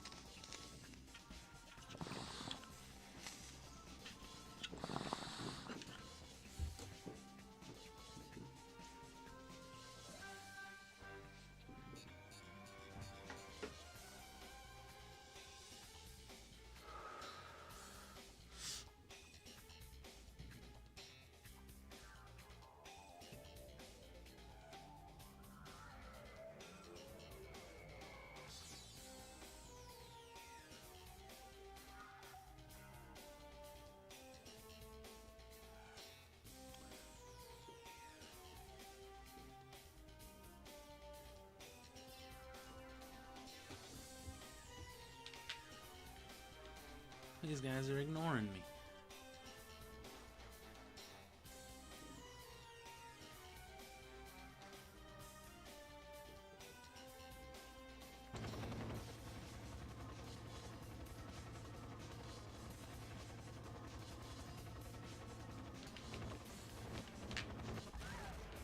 Oh, that worked.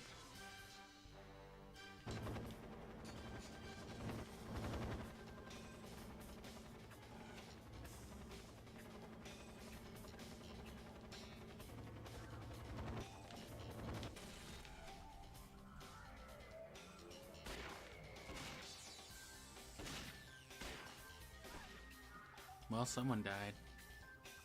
Sounded like Kiko.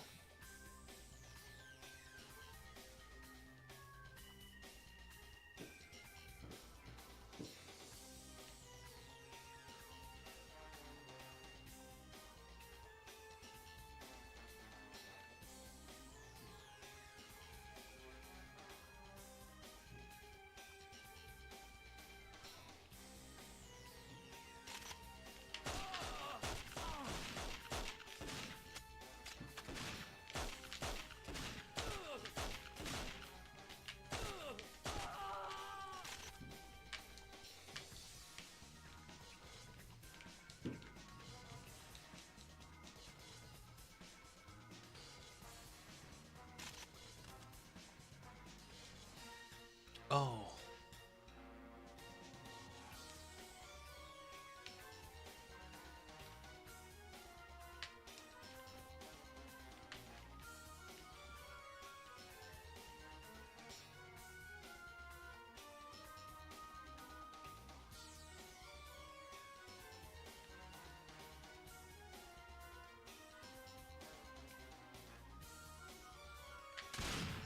Damn.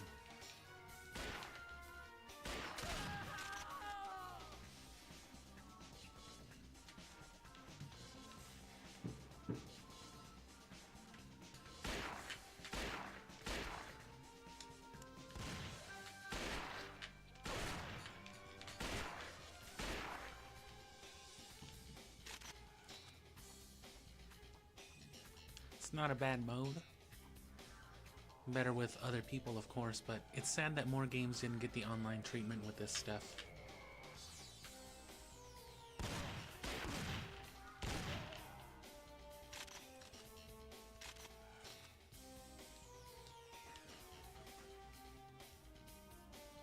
Because what few games on the GameCube did get the treatment,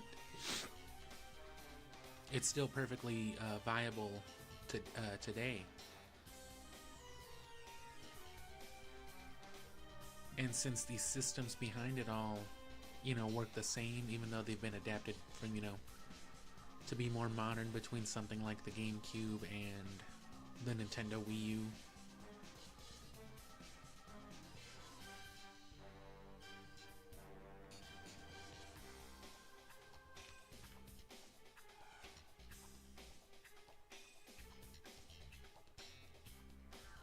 You know, the operations, I guess, the firmware behind it all is still the same.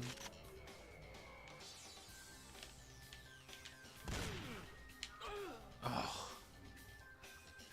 Got me with the golden gun.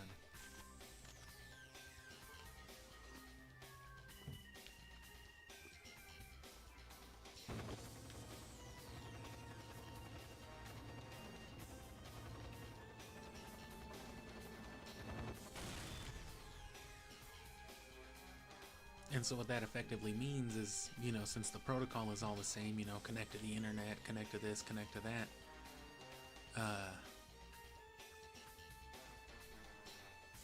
since the Wii U has those functions built in, you know, with Wi-Fi and all that, it'll work exactly the same. So as easily as a Wii U game could connect to the internet with Wi-Fi, you can do the same with a GameCube ported onto the Wii U, or even onto the Wii. The thing is, you know, the servers for it all are down, so you need to find, like, you can't just, like, jump in a game, you know what I'm saying? You've got to find somebody doing some shit, you got to connect directly. Which in this day and age, that would be the only thing you'd be doing. Which is always really cool, you know. If you're super nostalgic for the GameCube and want, like, the most out of the GameCube that you never had growing up, get a Wii U and just soft mod it. Which is what I've been saying since, like, the dawn of the channel. As always, as usual, this is on Wii U. Kill Drake, thank God. Someone needed to.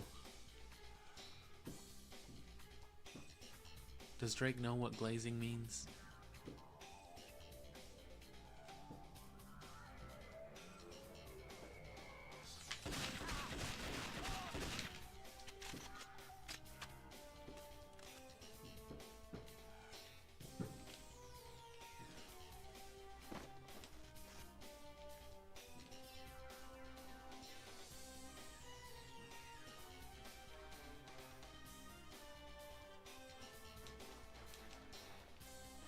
Oh, that was sick.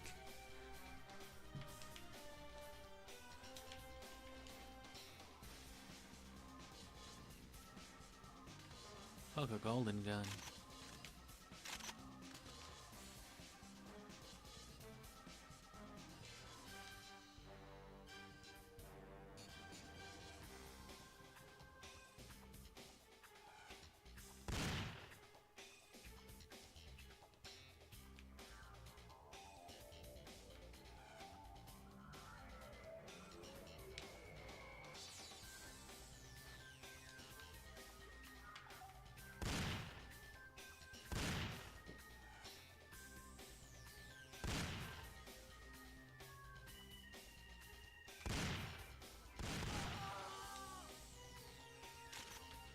See, I got him with a good couple ones at least.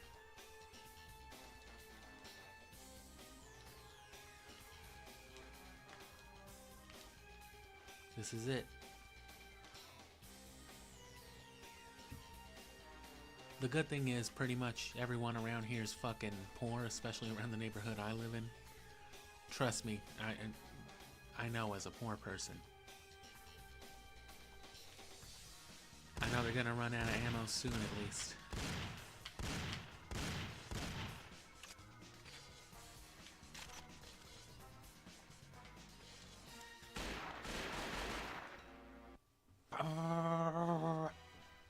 That's me shooting off my gun for the 1st of July.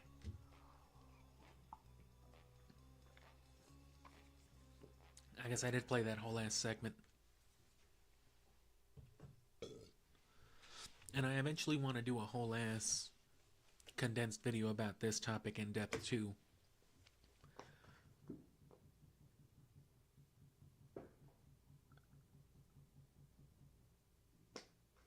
But I recommend Wii U modding over.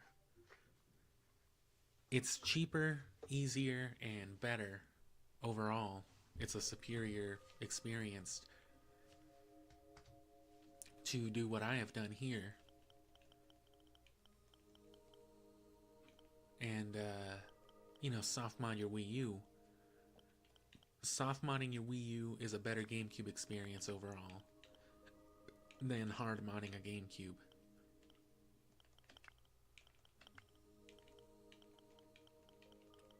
Oh.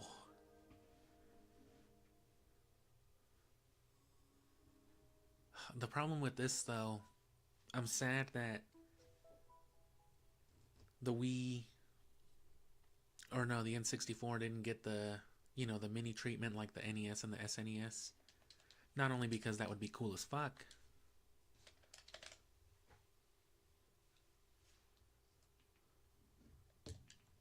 damn. Oh, come on. It's because I defaulted to the wrong controller. And now I'm stuck here? I gotta get my other fucking controller?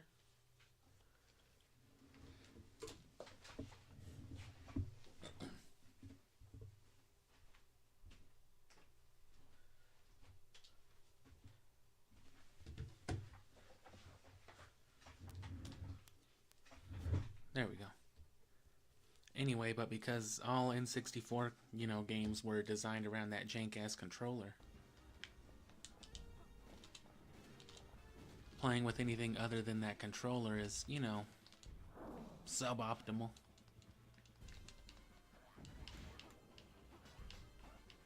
Which should be relegated to like a natural button press you gotta do some fucking C-stick shit for.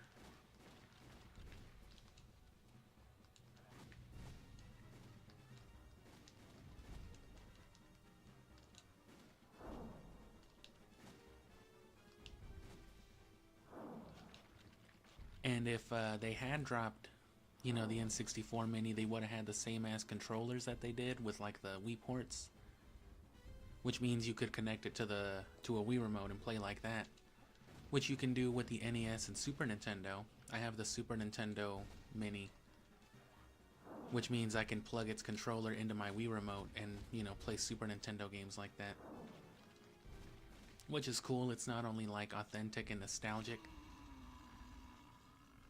but, you know, you get the form factor of it, which the Super Nintendo controller is real nice, especially if you're just doing some 2D platformer shit.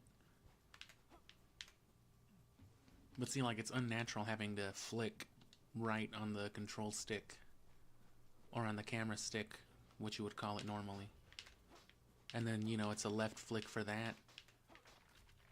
The camera still makes sense, and then I forget what the down button does.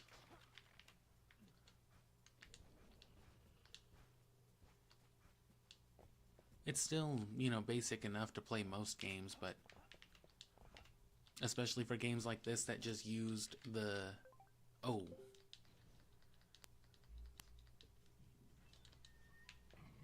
You know, that really used the buttons. Oh, fuck.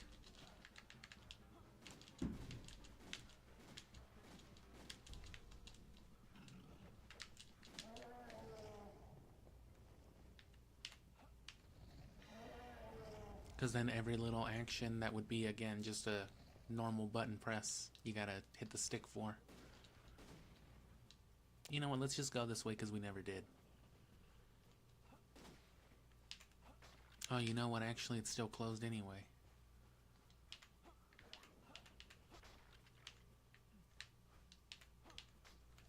This is a weird little level design. There's really no reason to go there. Just curiosity, but...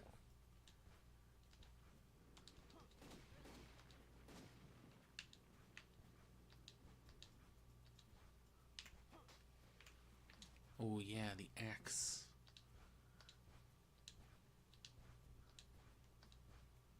And there's some speedrun shit you can do right here.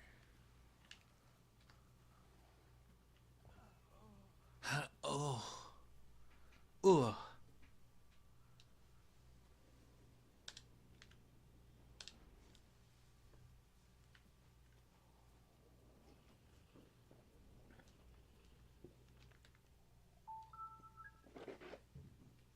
Modding is also good for injects like this one, because Castlevania and Legacy of Darkness did not drop on the Virtual Console for the 64. And even if it's for something that you already have, a common complaint with the Wii U Virtual Console throughout the years has been like the weird dark filter.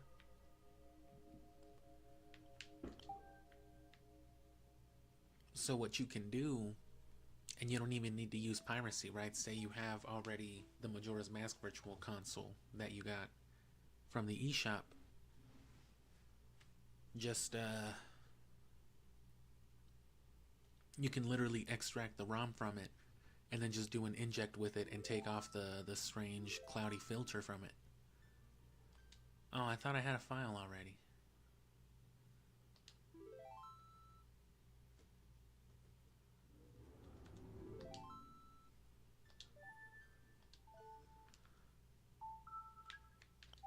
Well, I do actually, but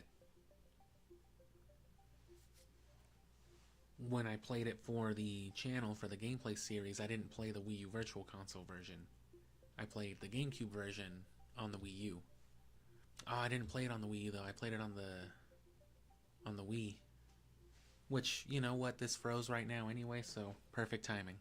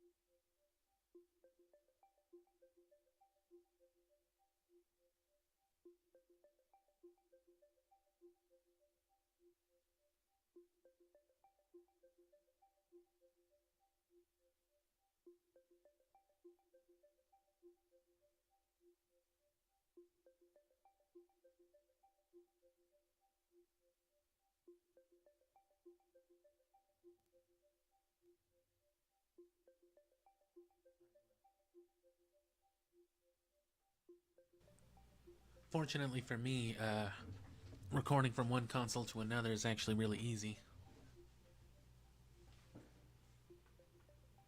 Let me just kill the Wii U.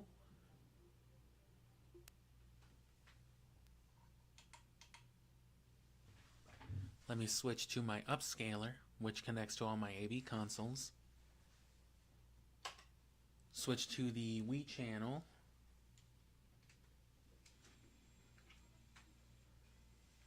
And I'm fucking good to go.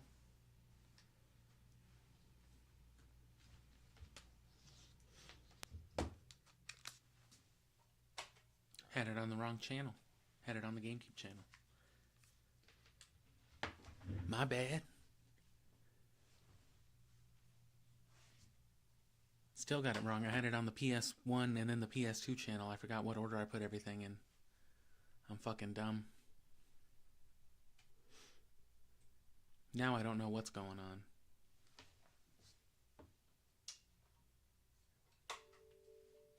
Oh, I had it flip-flopped. I was wrong all the way across the board.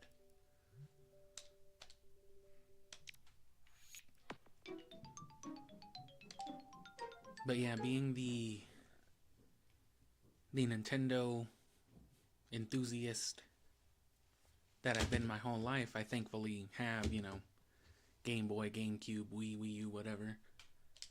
And as far as, you know, Wii U modding goes, or Wii or GameCube modding, whatever,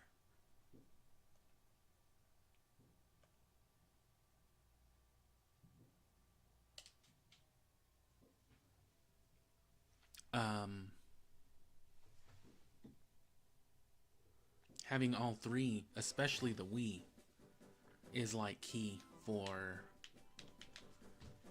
What happened? Oh, fuck, I gotta get the actual GameCube controller.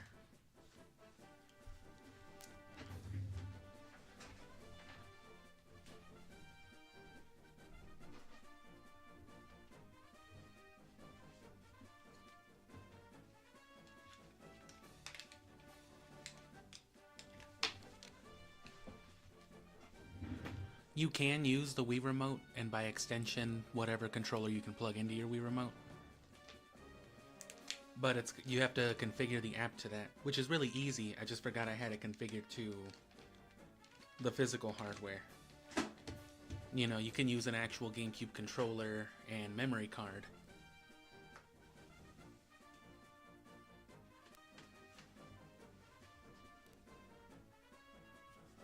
Or you can just emulate those things. You know, do the virtual controller and the virtual memory card.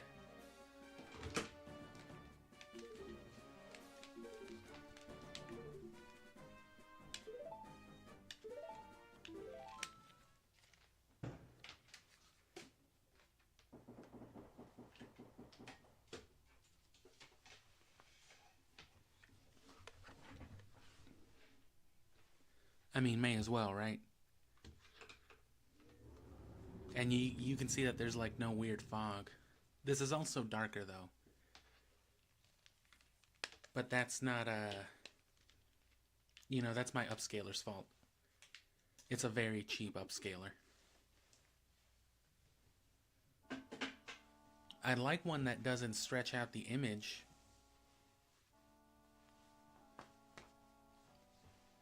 Or, you know, dilute the color, but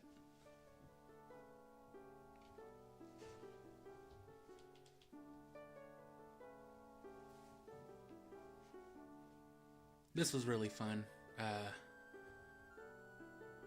Honestly, I'd been babbling on and on nonstop about the Zelda games, especially the N64 ones, since, like, I started the channel, but it took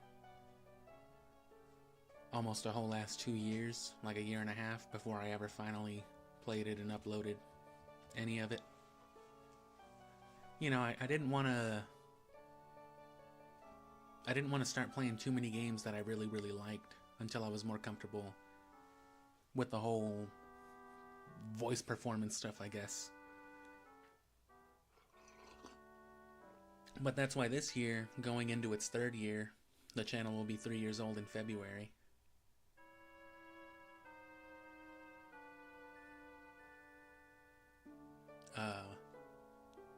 From that point on, I'll be playing Shin Megami Tensei 5 more. I already started the stream, but it's going to be postponed for all the Siphon Filter stuff throughout this month. But you know, that's just kind of like a celebratory thing, because that was the first thing I played on the channel, just on a whim. Because, you know, you got to start somewhere.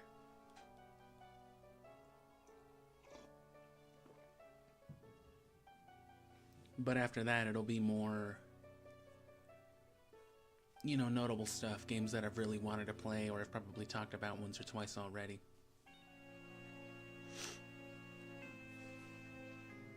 Again, just because I feel like I can do them better now.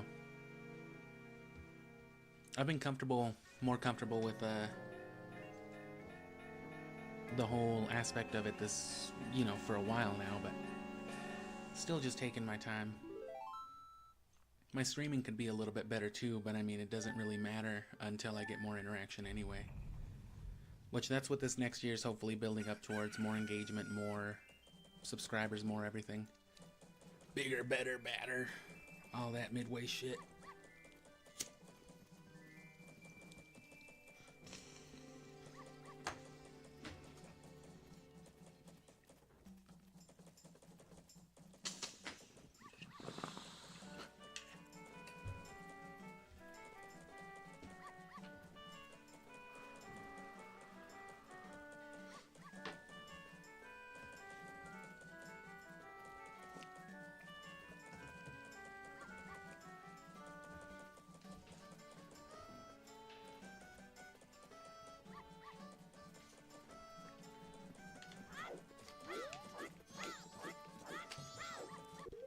Never did get all the, you know what, let's do that.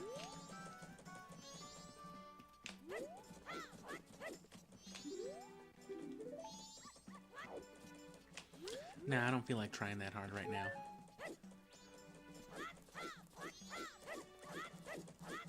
Plus, that'd be more something I actually want to do.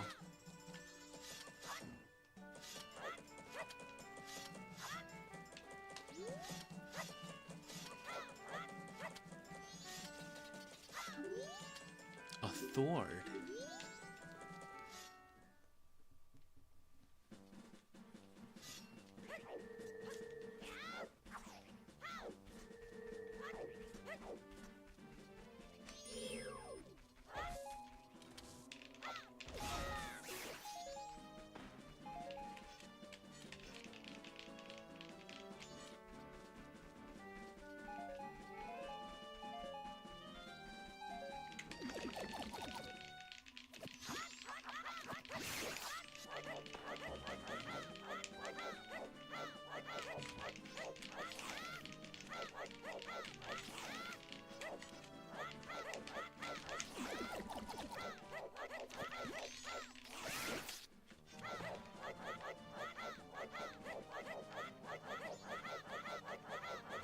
Fucking Lance users in Monster Hunter be like.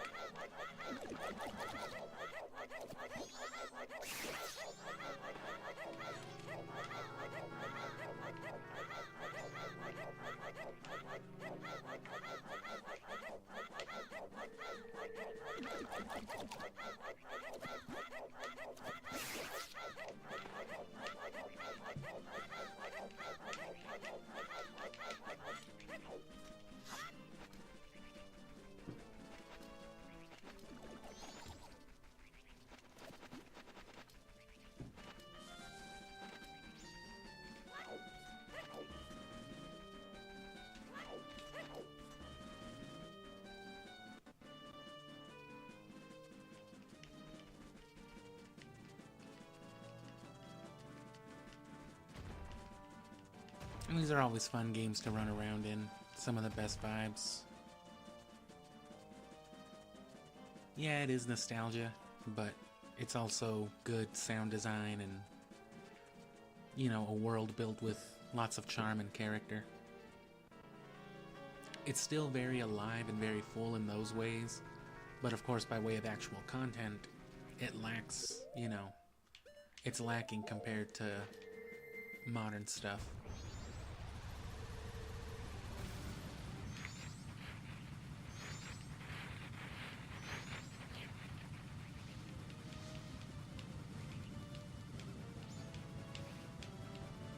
The problem with loading games like this on the Wii is that, you know, there's no way to go back to that menu, right? It's just because GameCube didn't have like a home feature or anything like that. You were either playing the game or loading the BIOS.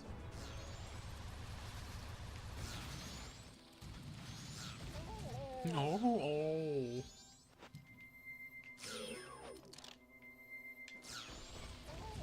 Oh shit. Oh man.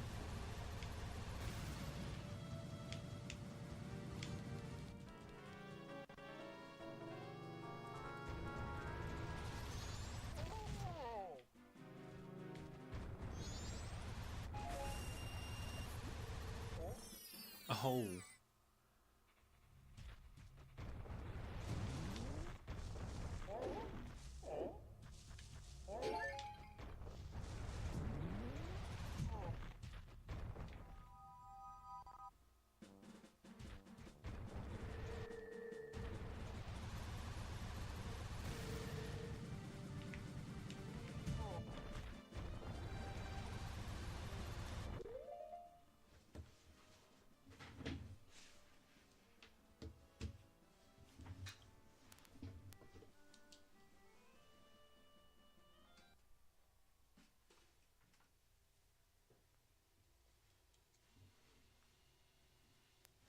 Resident Evil was a real fun thing to play.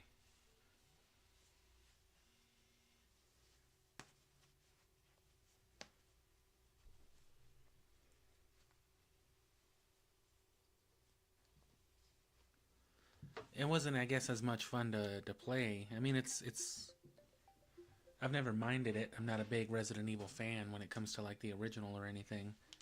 I like the series. I'm a fan of the general content. But I've never really played it like that, you know? Never even beaten the first game.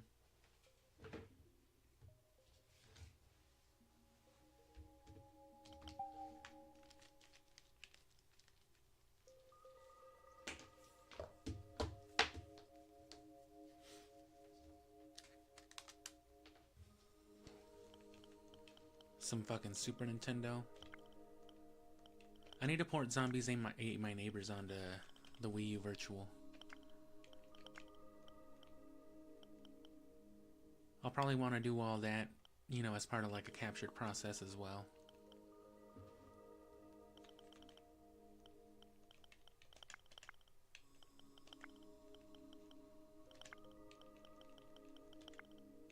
Because I want to do that for like porting games and all that too.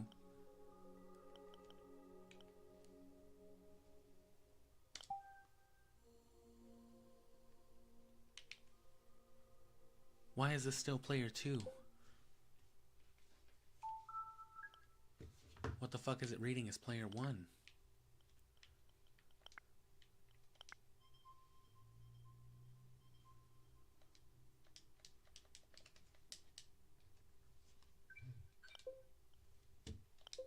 Ah, nice. Wii remote noises.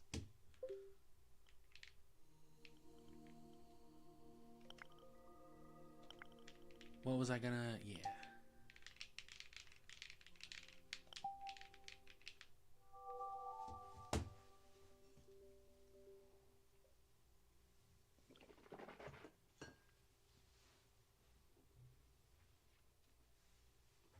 Yeah, I want to check out some more of this FMB.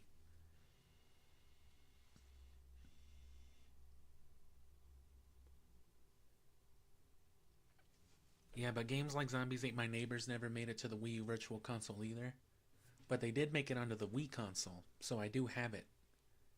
I just have to go to my Wii, the Wii channel every time to load it. But what I can do, since I have not only the Wii U modded, but the Wii inside the Wii U modded, I can just use the apps within to one of the homebrew apps to dump the ROM out of the Virtual Console package.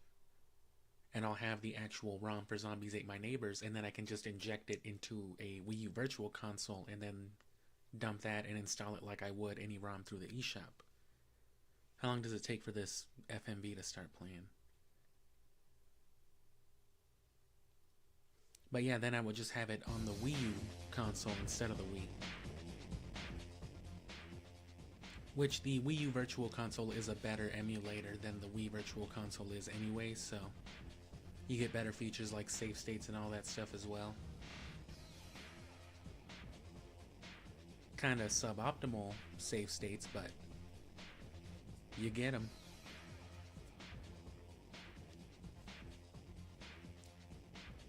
Let me get my coffee while this plays out, and then I'll try to find some more FMV I haven't already watched, because that Mortal Kombat stuff was pretty cool.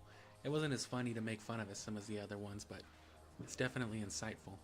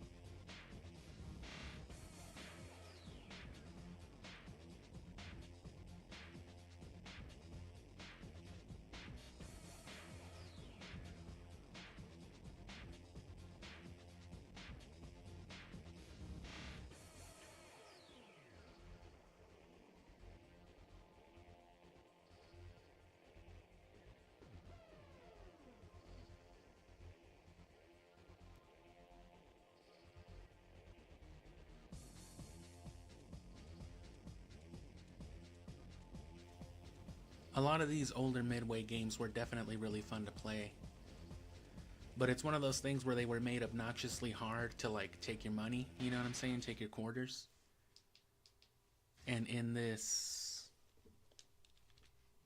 you know, in this collection, since you get free plays, it pretty much makes the gameplay of almost all of these games redundant. Because you have infinite fake quarters, you know. Did Pit Fighter have some shit? Tell me it did. No. Damn, that was such a dumbass game, too. What about Rampage? Nope.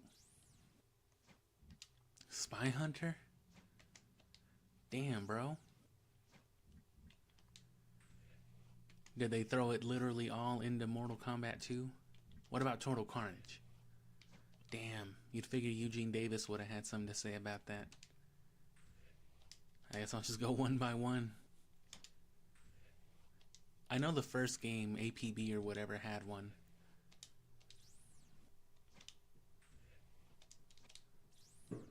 Or had some. Yeah. Quite a bit, actually. Those guys aren't as funny, though. The Mortal Kombat people were pretty wacky. Ooh. Ah, it's the same fools. Yeah, we're the racing game people, alright. That's probably why I don't like them as much. Oh, is this Gauntlet? They're also the Gauntlet people? I will watch this. Because in 1984 and 5, D&D was very popular, and I wanted to do a game where we could put... Believe it or not, I'm actually a giant Dungeons and Dragons fan. Traditional arcade approach to that. In fact, I wanted to... When I'm not assist managing the Foot Locker, I'm playing Mad D&D with my homeboys, is what they tell me to call them. Time, which is typically a minute and a half to 2 minutes in arcade games. That way we maximize our earnings. They said to call them that instead of the other thing. They said I can't say that anymore. What can't you say anymore? I'm what? Thinking more as a businessman and trying to take the money, or... And this audio quality right here, as you might have figured, is just from the video. It looks like they straight up ported this from a VHS, looking from the fuzz down there. And then of course it's fucking scaled to like dog shit. But it gives you that look.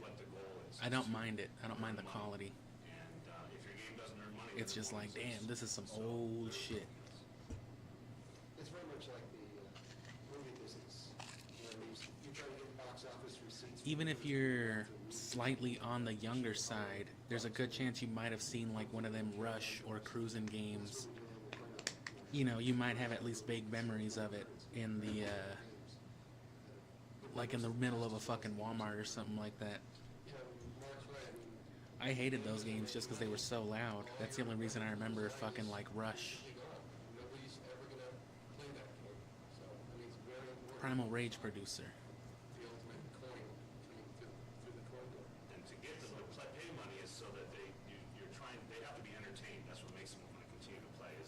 They were also the Clax people.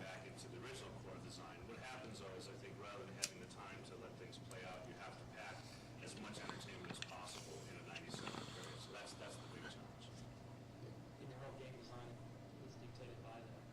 We used to call it the psychology of attic pulling. You would sit around and try to introduce things into your game design that would give the players the most bang for their buck in a short amount of time. But if you want them to keep adding money to the game, Gauntlet is probably the best example of that. As Ed said, with 4 players standing around the cabinet, it's drawing. See, I forgot even what game they were talking about till they talked about Gauntlet again.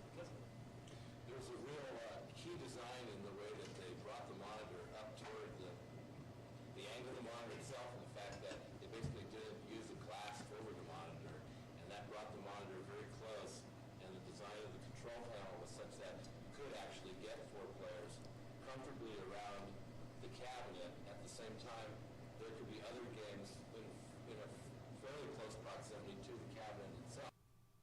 I'm sorry, can you say monitor one more time? Oh, actually, I do want to kind of listen about the speech because they say some funny ass shit. Don't eat my sandwich. Speech was intended to be, again, going back to D&D for combat. I literally have those same glasses. I can't even talk shit.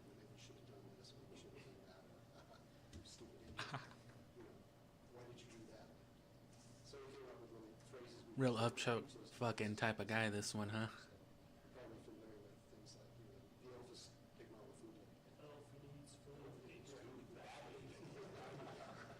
I'm glad they think it's funny too. I'm glad it was intentional. I don't know if it was intentional, but they at least think it's funny too, because that shit cracks me up every time. Don't shoot food. Find the hidden potion. But what was the speech hardware in those machines? It was just recordings.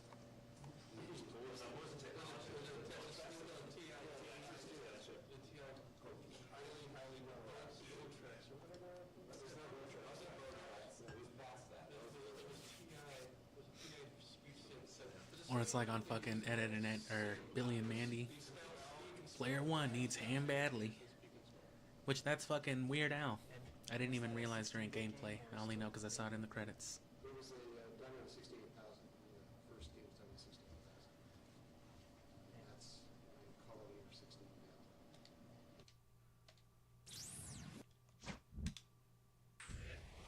Driving hard. You'll never catch me on the road soft. And then Mortal Kombat 2 only had the launch kit stuff. Narc had to have had some shit, yeah. Oh, I did see this. You know, the inspiration for Narc was really it's like this, theme, I think. The inspiration for Narc was my violent cocaine habit. It's like this cops and robbers thing, I just used to fucking streak down the road naked with so many guns. And it's just like, you know what, we should put this on the screen for little kids to enjoy. And pretty much everyone in senior management was just like, fuck yeah, that sounds awesome. Hey kid, do you know what heroin is? You do now. Don't do it unless you're a fucking loser. That's heroin. You know what that is now. Wow, thanks, Midway.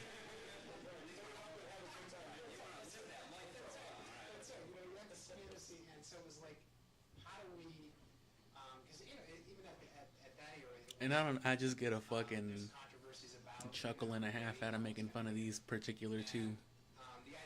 Especially fucking Eugene fucking Geronimo right here.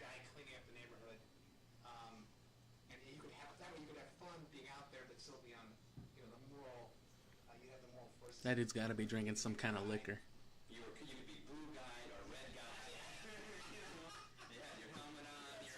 They might both be fucking just sloshed right now. Actually, there was a yellow guy for a while.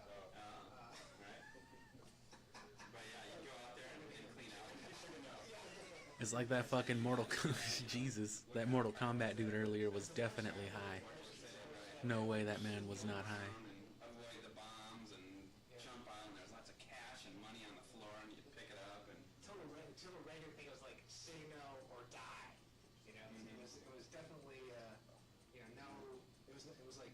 Protect the innocent, punish the guilty. That particular game had so much EEPROM. I mean, more memory and a higher resolution monitor than any of, Oh, what's that game in the back? Why didn't they have that one? Is that like some House of the Dead shit? I don't think that was Midway. No, that was Sega. What am I talking about?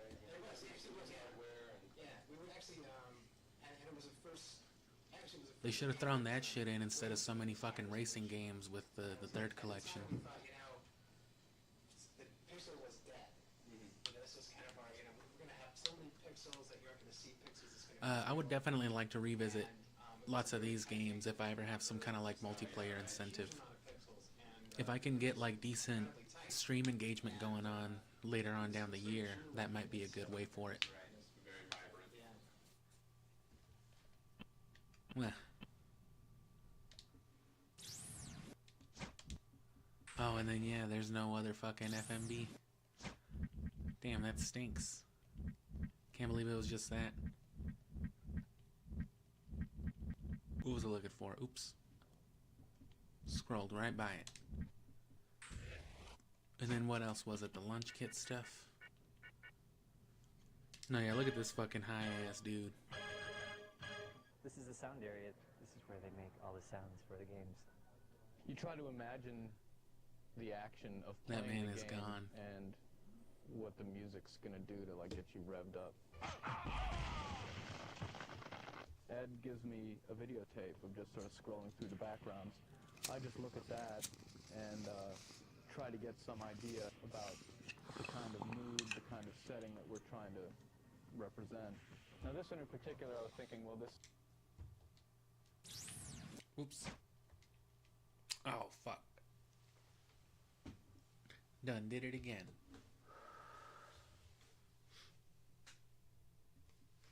And then 3 just stunk all the way. Most of the games sucked.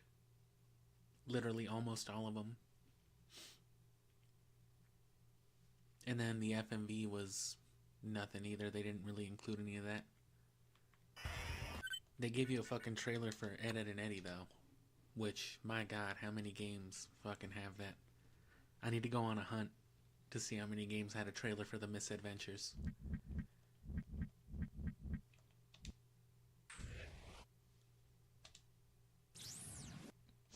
I don't think there was anything in the APB that was like funny either.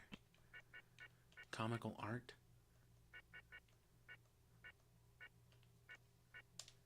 Nah. I also want to do more with like the other Sonic games. I eventually want to play like Sonic Heroes, but I also really want to play the collections.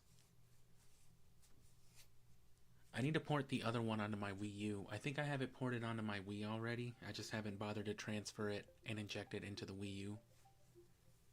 Because there was 2 collections for the Sonic games. I've got the better one though, right here.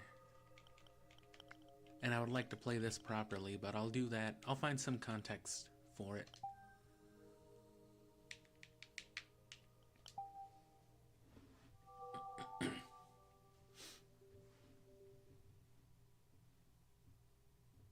You know, if I do, it'll probably be alongside the other collection.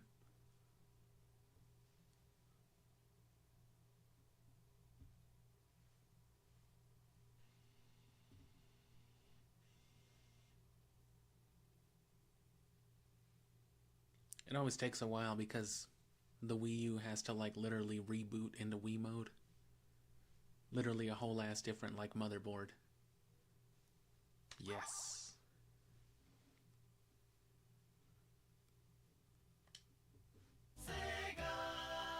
Nice.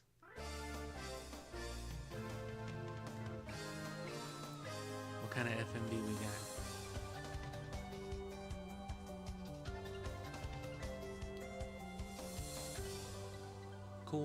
Cool animation, cool artwork at least.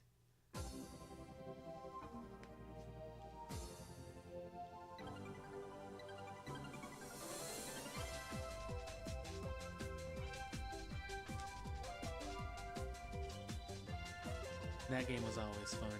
Sonic the Fighters or whatever. And that's why collections like this are so cool, because you know, it exposes you to stuff like this that you might not have ever known about otherwise. It's the only reason I knew about it as a kid.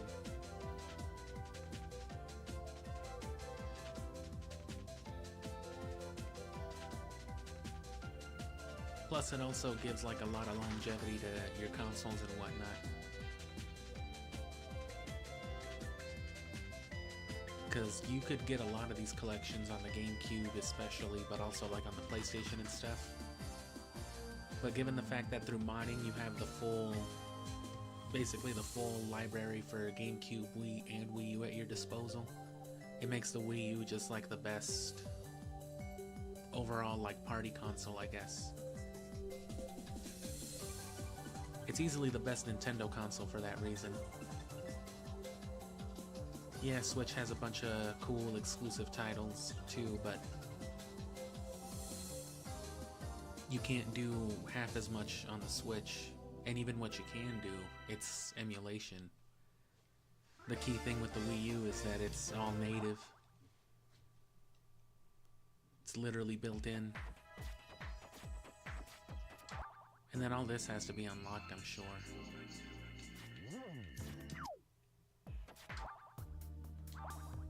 Hints for need help? Sorry. You shouldn't have fucking sucked.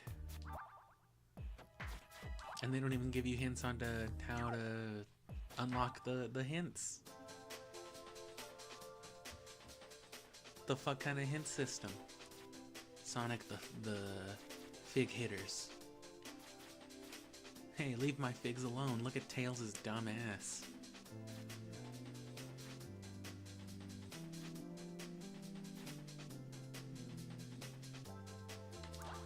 Sure, this sounds terrible. Common controls. Attack by throwing rings. A, utilize tricks, get off the trolley, drop off weight. Need to drop off some weight real quick. Tapping, recover, keep pressing, spin the ring. Pause menu with the Z, not the start button. Not used, not used. I mean, neither's the start button, but you didn't bother to say that those aren't used. Sick. Who the fuck is that? Who the fuck is that? Was that Cream? I don't think so. I don't know who these people are. This is just somebody's fanfic. Tails. Sky Patrol.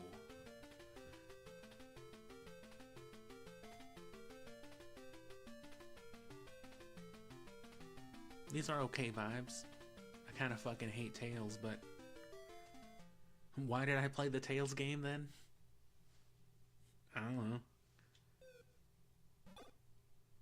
Let's see what this is at least.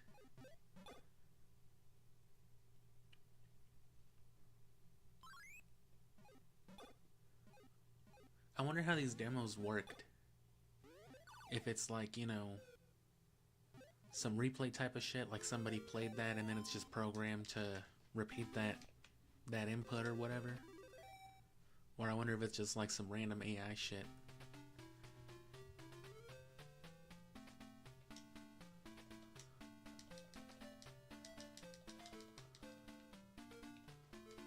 Is he fucking flipping me off? God damn you, Tails.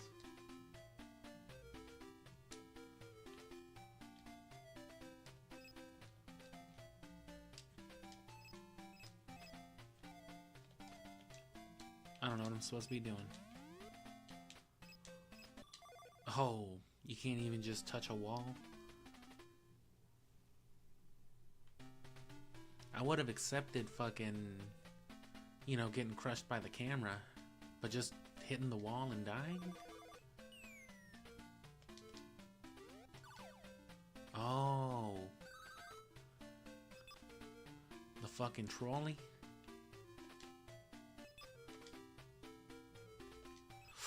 Oh. I mean, I guess flying into a brick wall would probably hurt.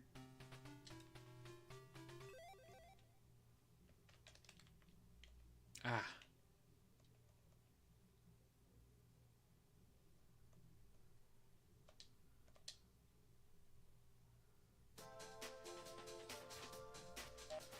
And there's some hidden games. Tails Adventures? Fuck that. Turn right, turn left, accelerate. Special move.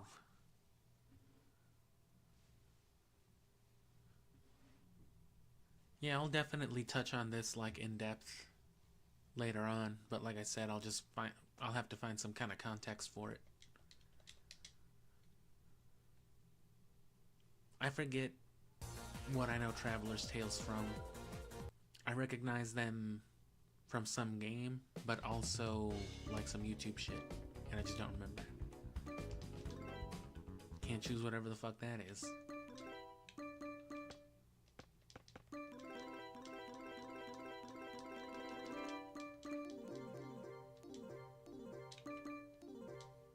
That's a nice sound effect.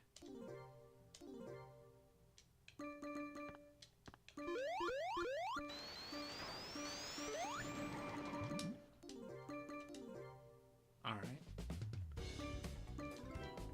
Grand Prix. Is that Amy? Whatever happened to green shirt Amy? William Regal?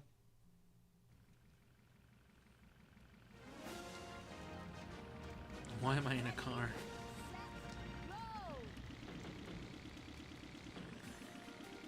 What the fuck, you big egg yolk?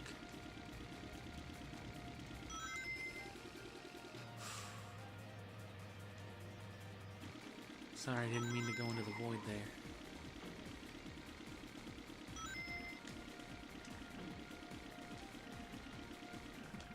Aw, Tails.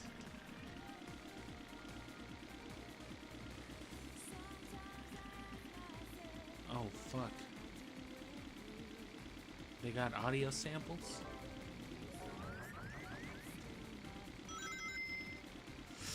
Amy. God damn it, Sakura. Maria.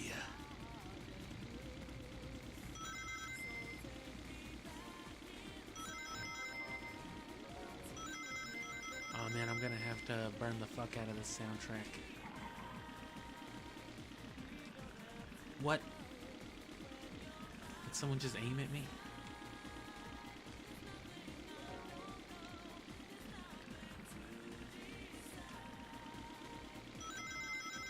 Fuck you, Tails. Fuck you, Tails.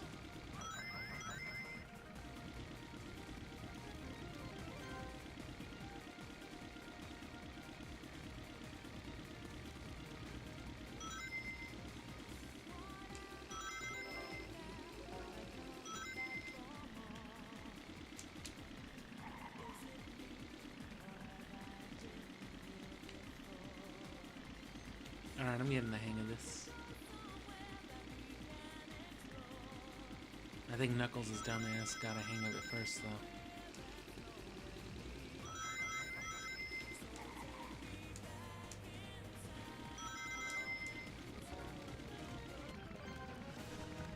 Congratuladians. It's my favorite evolution.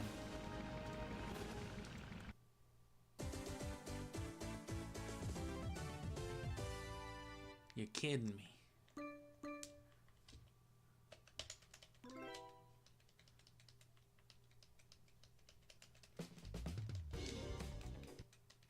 God damn it.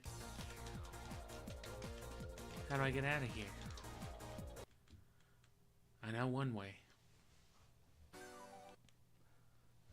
Alright, it's 1 a.m., so I'm gonna hit one more thing on the Wii U real quick, see what seems interesting. And then I'll just run that like 10 minutes or something. And then while I catch whatever intro vibes for whatever I land on, I will potty break real quick and get some water. Been drinking a lot of coffee, which is not that good for you. Oh, shit.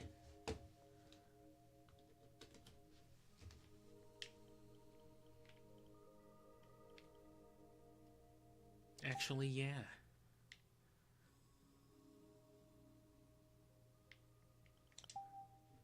Beautiful Joe would be cool too. I forgot to put an image on that.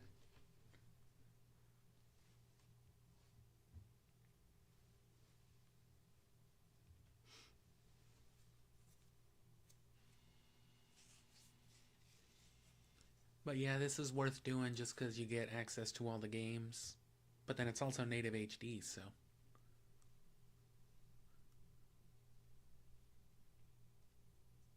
If you want to do that with an actual GameCube, you need one of the GameCubes that has the digital out port, which I have one. It's just not the one that I use. The Platinum one that I have is just one of the regular ass ones with the AV port. But even so, if you want it through like HDMI, because the point of that was for like a digital composite cable that adapted it to like an AV signal for the progressive stuff, give you a sharper image. But if you want it through HDMI and progressive scan, you need a specific adapter that works through that digital out port that converts it to HDMI. Which, you know, that adapter itself costs like $100. Anyway, I'm gonna give you these vibes for a bit.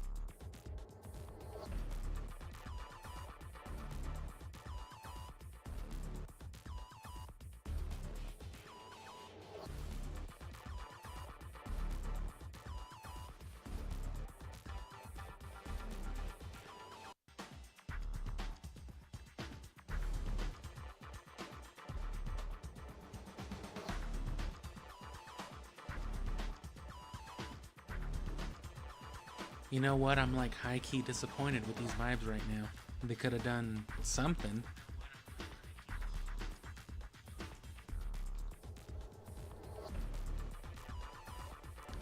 It's just fucking... Like, what the fuck is that, man?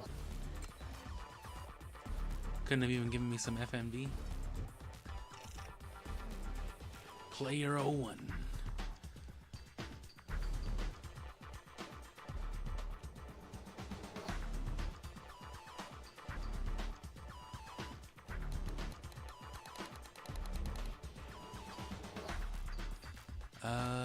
Let's make a name out of this.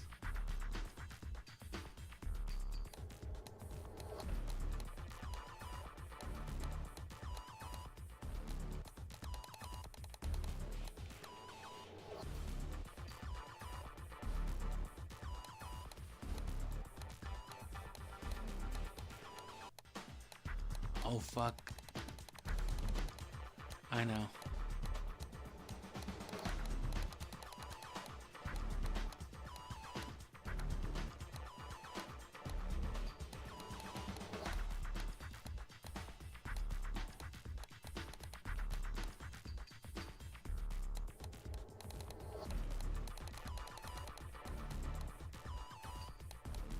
Fucking rogue ops.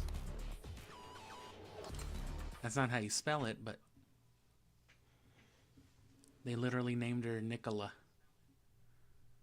I don't remember if she had a last name, but This is how it all began.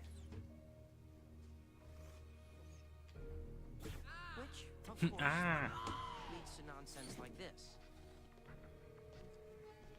A few months ago, you're probably wondering how I got in this Spyro the Dragon-ass situation.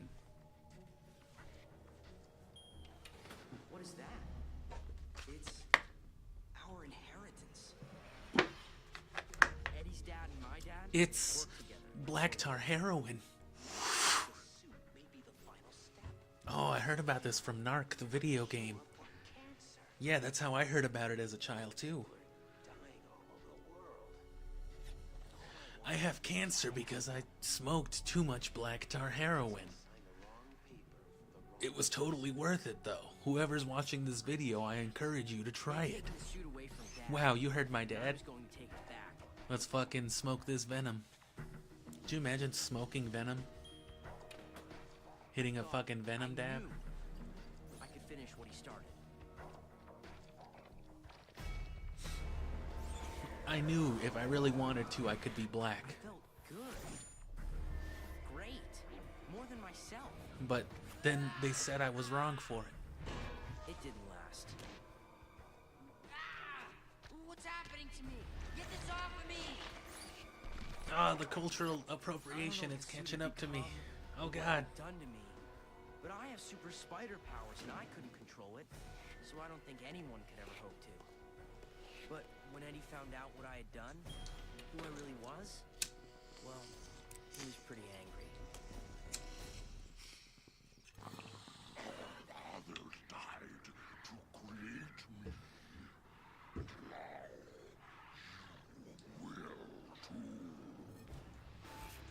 Oh, fuck. Press B to punch, Y to kick.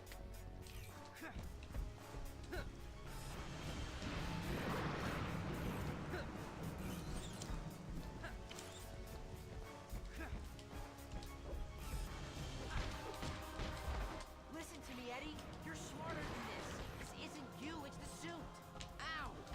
I need to dodge faster than that. Your mama. I know what it's doing to you. Let me help you before you do something you're going to regret. I gotta get Eddie off campus before somebody gets hurt.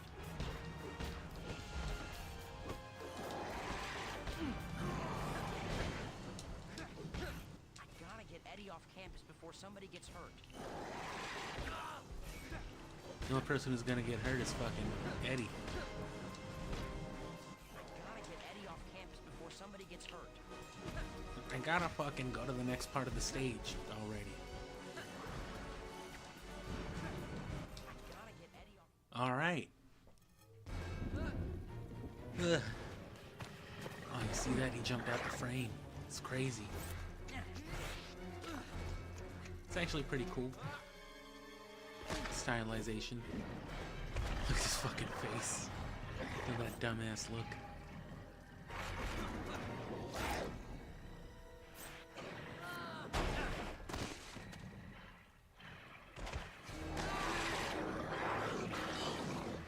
Oh no. Rapidly alternate presses of L and R to escape from Venom's grasp. Alright. I have to stop him. That means I have to put him down. Fast. He's not a fucking dog.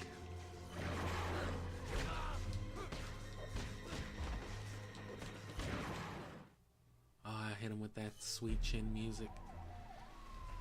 That hidden lotus. Lie on the ground with your hands over your head. Oh fuck, it's the cops. What the hell is that? Whatever happened there?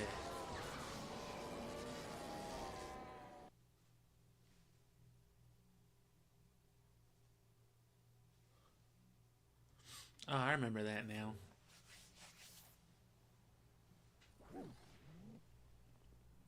I need it. It's not done.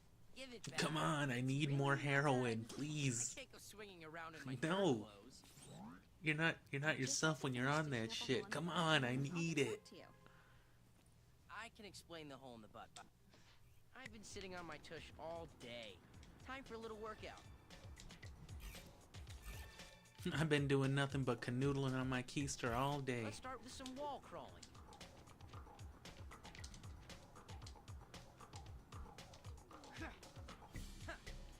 Alright. Press A to jump. The longer A is held, the higher Just a Peter little will up jump. here.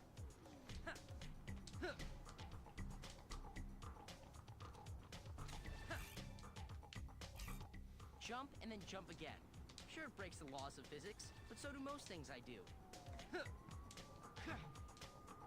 It's me, the amazing jumping man. Let me be less suspicious. Don't worry, I'm just a parkouring kid. I'm not a superhero. The spectacular leaping. The never shutting the fuck up spectacular Spider-Man. This is the weirdest incarnation of Peter Parker. I don't know what they were going for with it. Look at this shit. Web zipping is great for low buildings like these. The fucking casual percent speedrun. Be a normal guy. And you have to parkour everywhere. Oh, I double jumped, I lose. Can't double jump. Parkouring is realistic. Double jumping is not. These buildings are tall enough to web swing off of pretty easily. Come on, bro. Press the L button. Hey, do it. Hurry. I need to quit wasting time and start Shut the swinging fuck through up. these buildings. I need to shut the fuck up and just let this man play the game. Let this 8-year-old fucking have fun. Hey kid, are you fucking dumb? I'm telling you to press the goddamn L and R button. Wow, you must be some kind of dumb bitch if you haven't done this yet. Excuse me?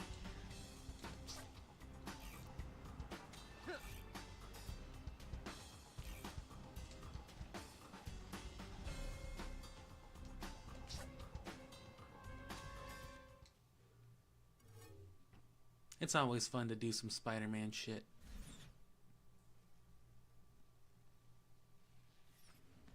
Anyway, You scared me.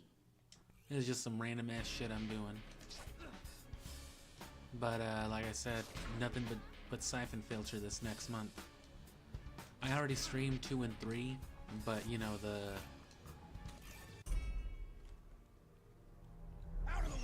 the abridgments for those streams will be coming out.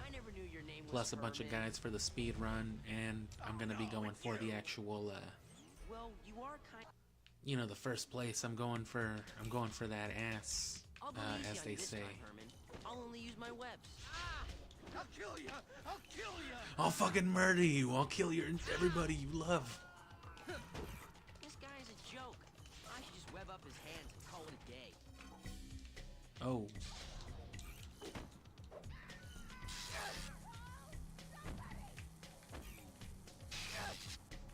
I'm wasting my time and Herman's. Let's just web him up and get it over with. I'm trying to.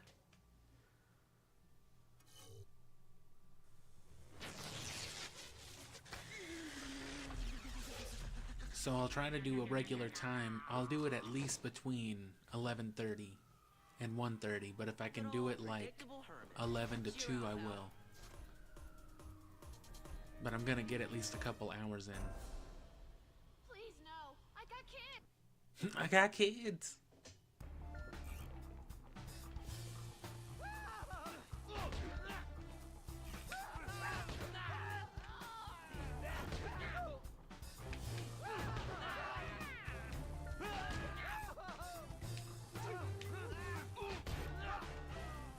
There's one guy who isn't getting back up.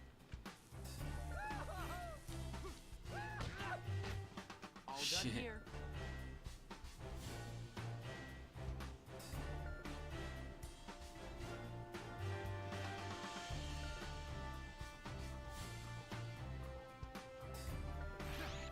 Oh, get back there.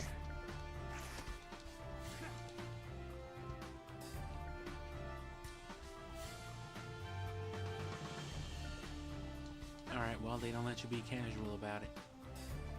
You okay? Ah, get away from me, you freak. Wow. It's that kind of quality human interaction that makes it all worthwhile. Wow, I fucking hate that lady. Get out of here. Spider-Man. I'm fucking number 4.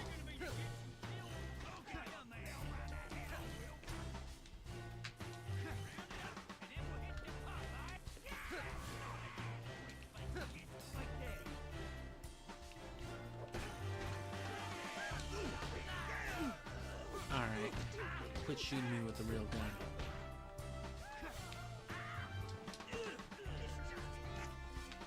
Oh, gotta stop doing that. I need to web these guys when I knock them down, or they'll just keep getting back up.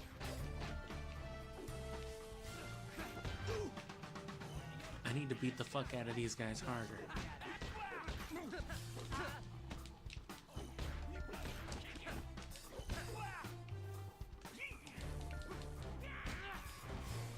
I need to get home. My dad's gonna kick my ass.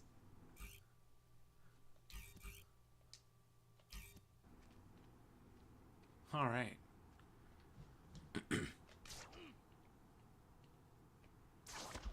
But anyway, yeah, try to catch me and do some speedrun and stuff.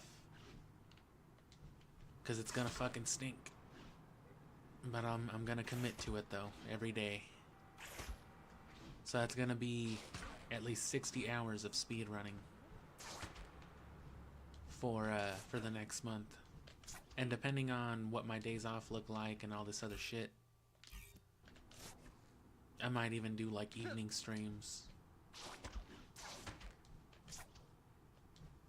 And then SMT5 will just be saved for February itself. I already started it, but given that it's going to take so long, I'm not going to do like a standard abridgment because that's way too much footage to go through. You know. So it'll just be a stream only thing, but it'll be a whole ass concentrated series or whatever. Whatever the fuck I call it. What was that? Oh, that was just a sign. I saw the color, I was like, oh fuck, it's a secret. Hey Spider-Man, can you kick my ass? Sure, kid.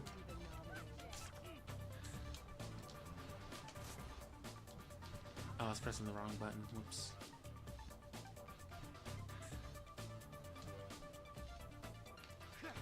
Where's the tallest place I can go to? There's some pretty tall stuff this way. Ah, but it's on the other side of the bridge. That's how they divide the content early on. They make you want to go to the big buildings, but it's just like, sorry, you can't go there yet. Can I?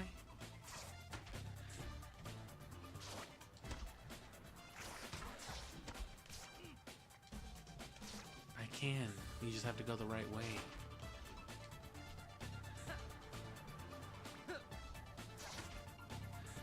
I'm just making up shit, I guess. That would have made sense, though. That's probably what I would have done.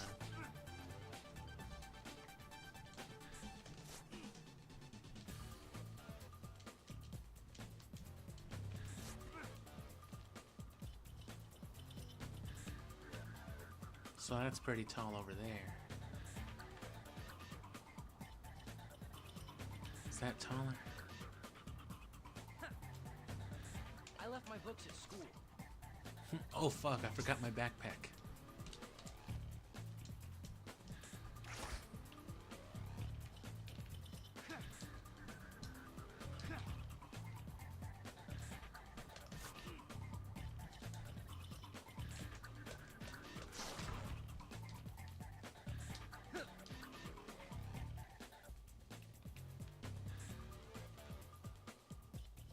I'll play this game eventually too, but that probably won't be anywhere near this year. There's a lot of cool games coming this year though that I'm gonna play like dedicatedly. And then I still don't know what I'll stream. If you want something specific, I mean, keep up with community stuff, subscribe, let me know when and what. Because I want that to be its own dedicated thing too. At least a couple times a month I want to do just community specific stuff. But for the most part, it's always going to be one thing or another. No! Oh, nice. I was hoping that would happen. I remember doing something really annoying here. I think you fight like Carnage here or something. Pretty sure he was in this game, yeah. But these vibes were not as cool as I thought. Let me just run these credits and then that's what I'll close it out with. I'm hitting the wrong button. Fucking Xbox.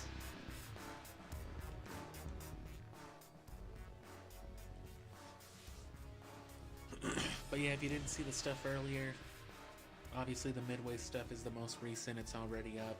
Rogue Ops was played back in like February. I did Sonic right after that.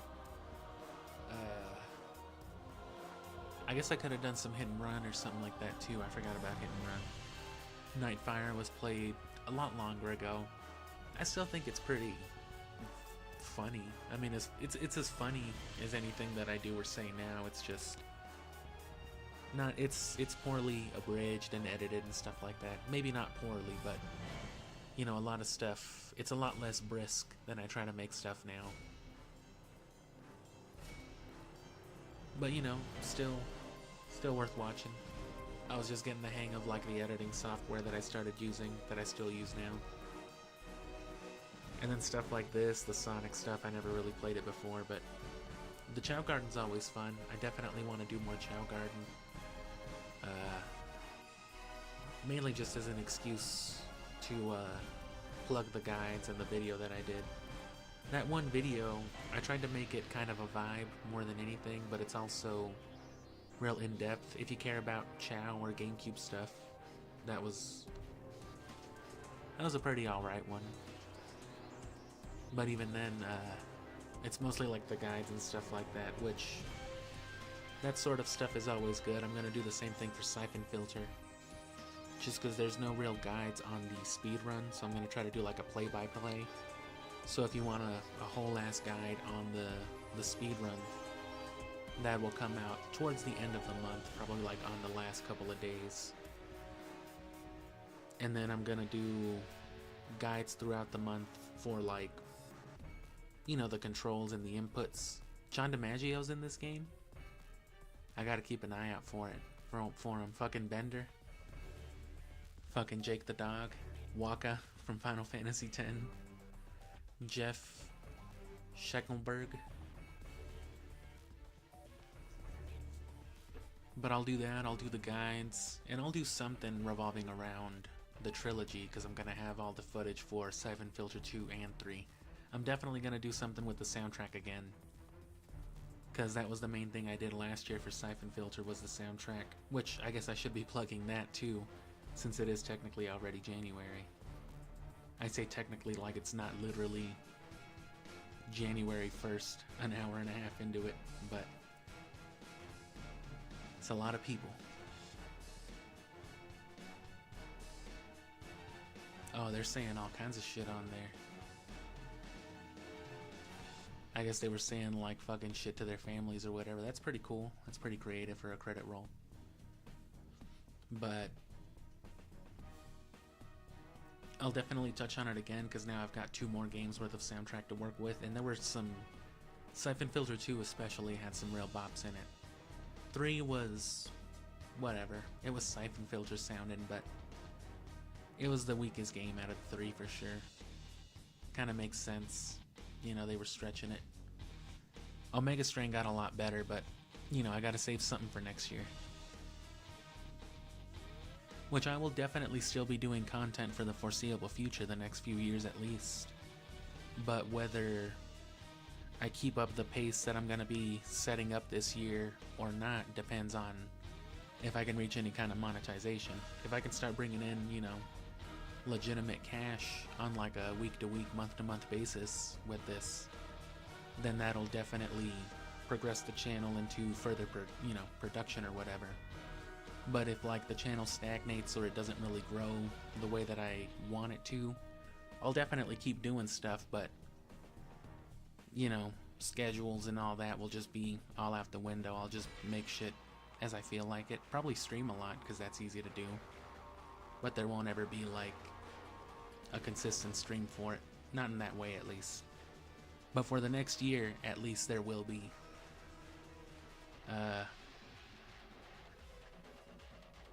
But yeah, same old shit. Plug the same old shit, whatever you want to watch. Honestly, just click on the channel, click on whatever. That's all I ever really tell people to do.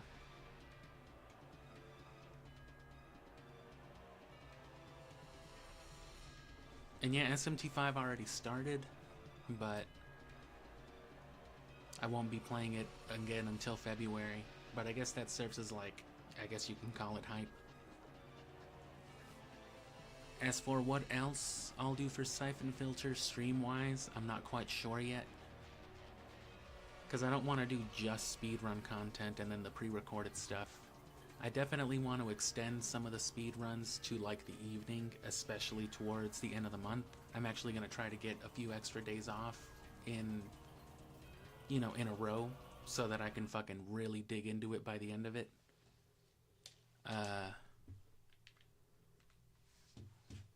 But then, you know, at that point I expect to be making like complete attempts. I expect to have it down to like the end of the levels, to the end phase levels at least. As for the earlier weeks, I don't know what I really want to stream for it. I might just stream the sessions building up to like the content that I need. That might be a thing to do, but you know, if you care about any of that or want to have any kind of input, you know, subscribe and all the usual shit.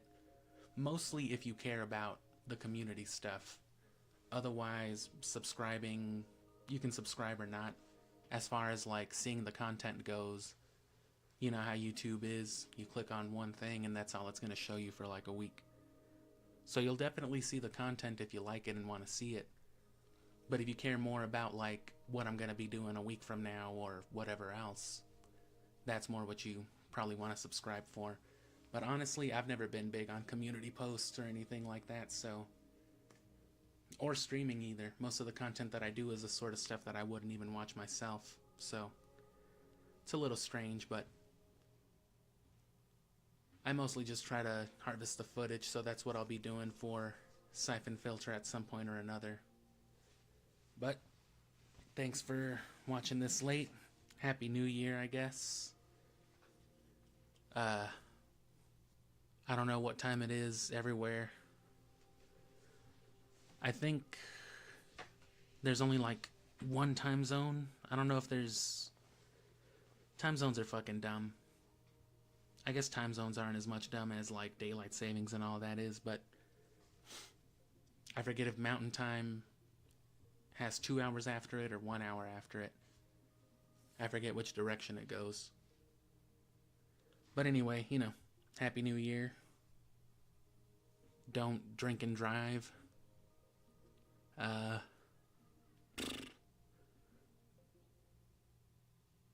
yeah, Siphon Filter. Starting tomorrow. Well, starting in like 11 hours. Or probably like 12 hours, something like that. Like I said, I'll get a late start because I'm staying up late right now. But I'll also extend it a good couple hours. I'll probably put in a good 3 hours for sure because there's a lot that I still need to refine. And I tend to choke like 20 minutes into the speedrun anyway, and it's like an hour long, so... You know, we'll see how that all goes. I'll probably give it a good dozen attempts, probably. So tune in tomorrow if you want to see that, anywhere between like noon or 1. Final thanks though, and try to get some sleep, I guess I'm gonna.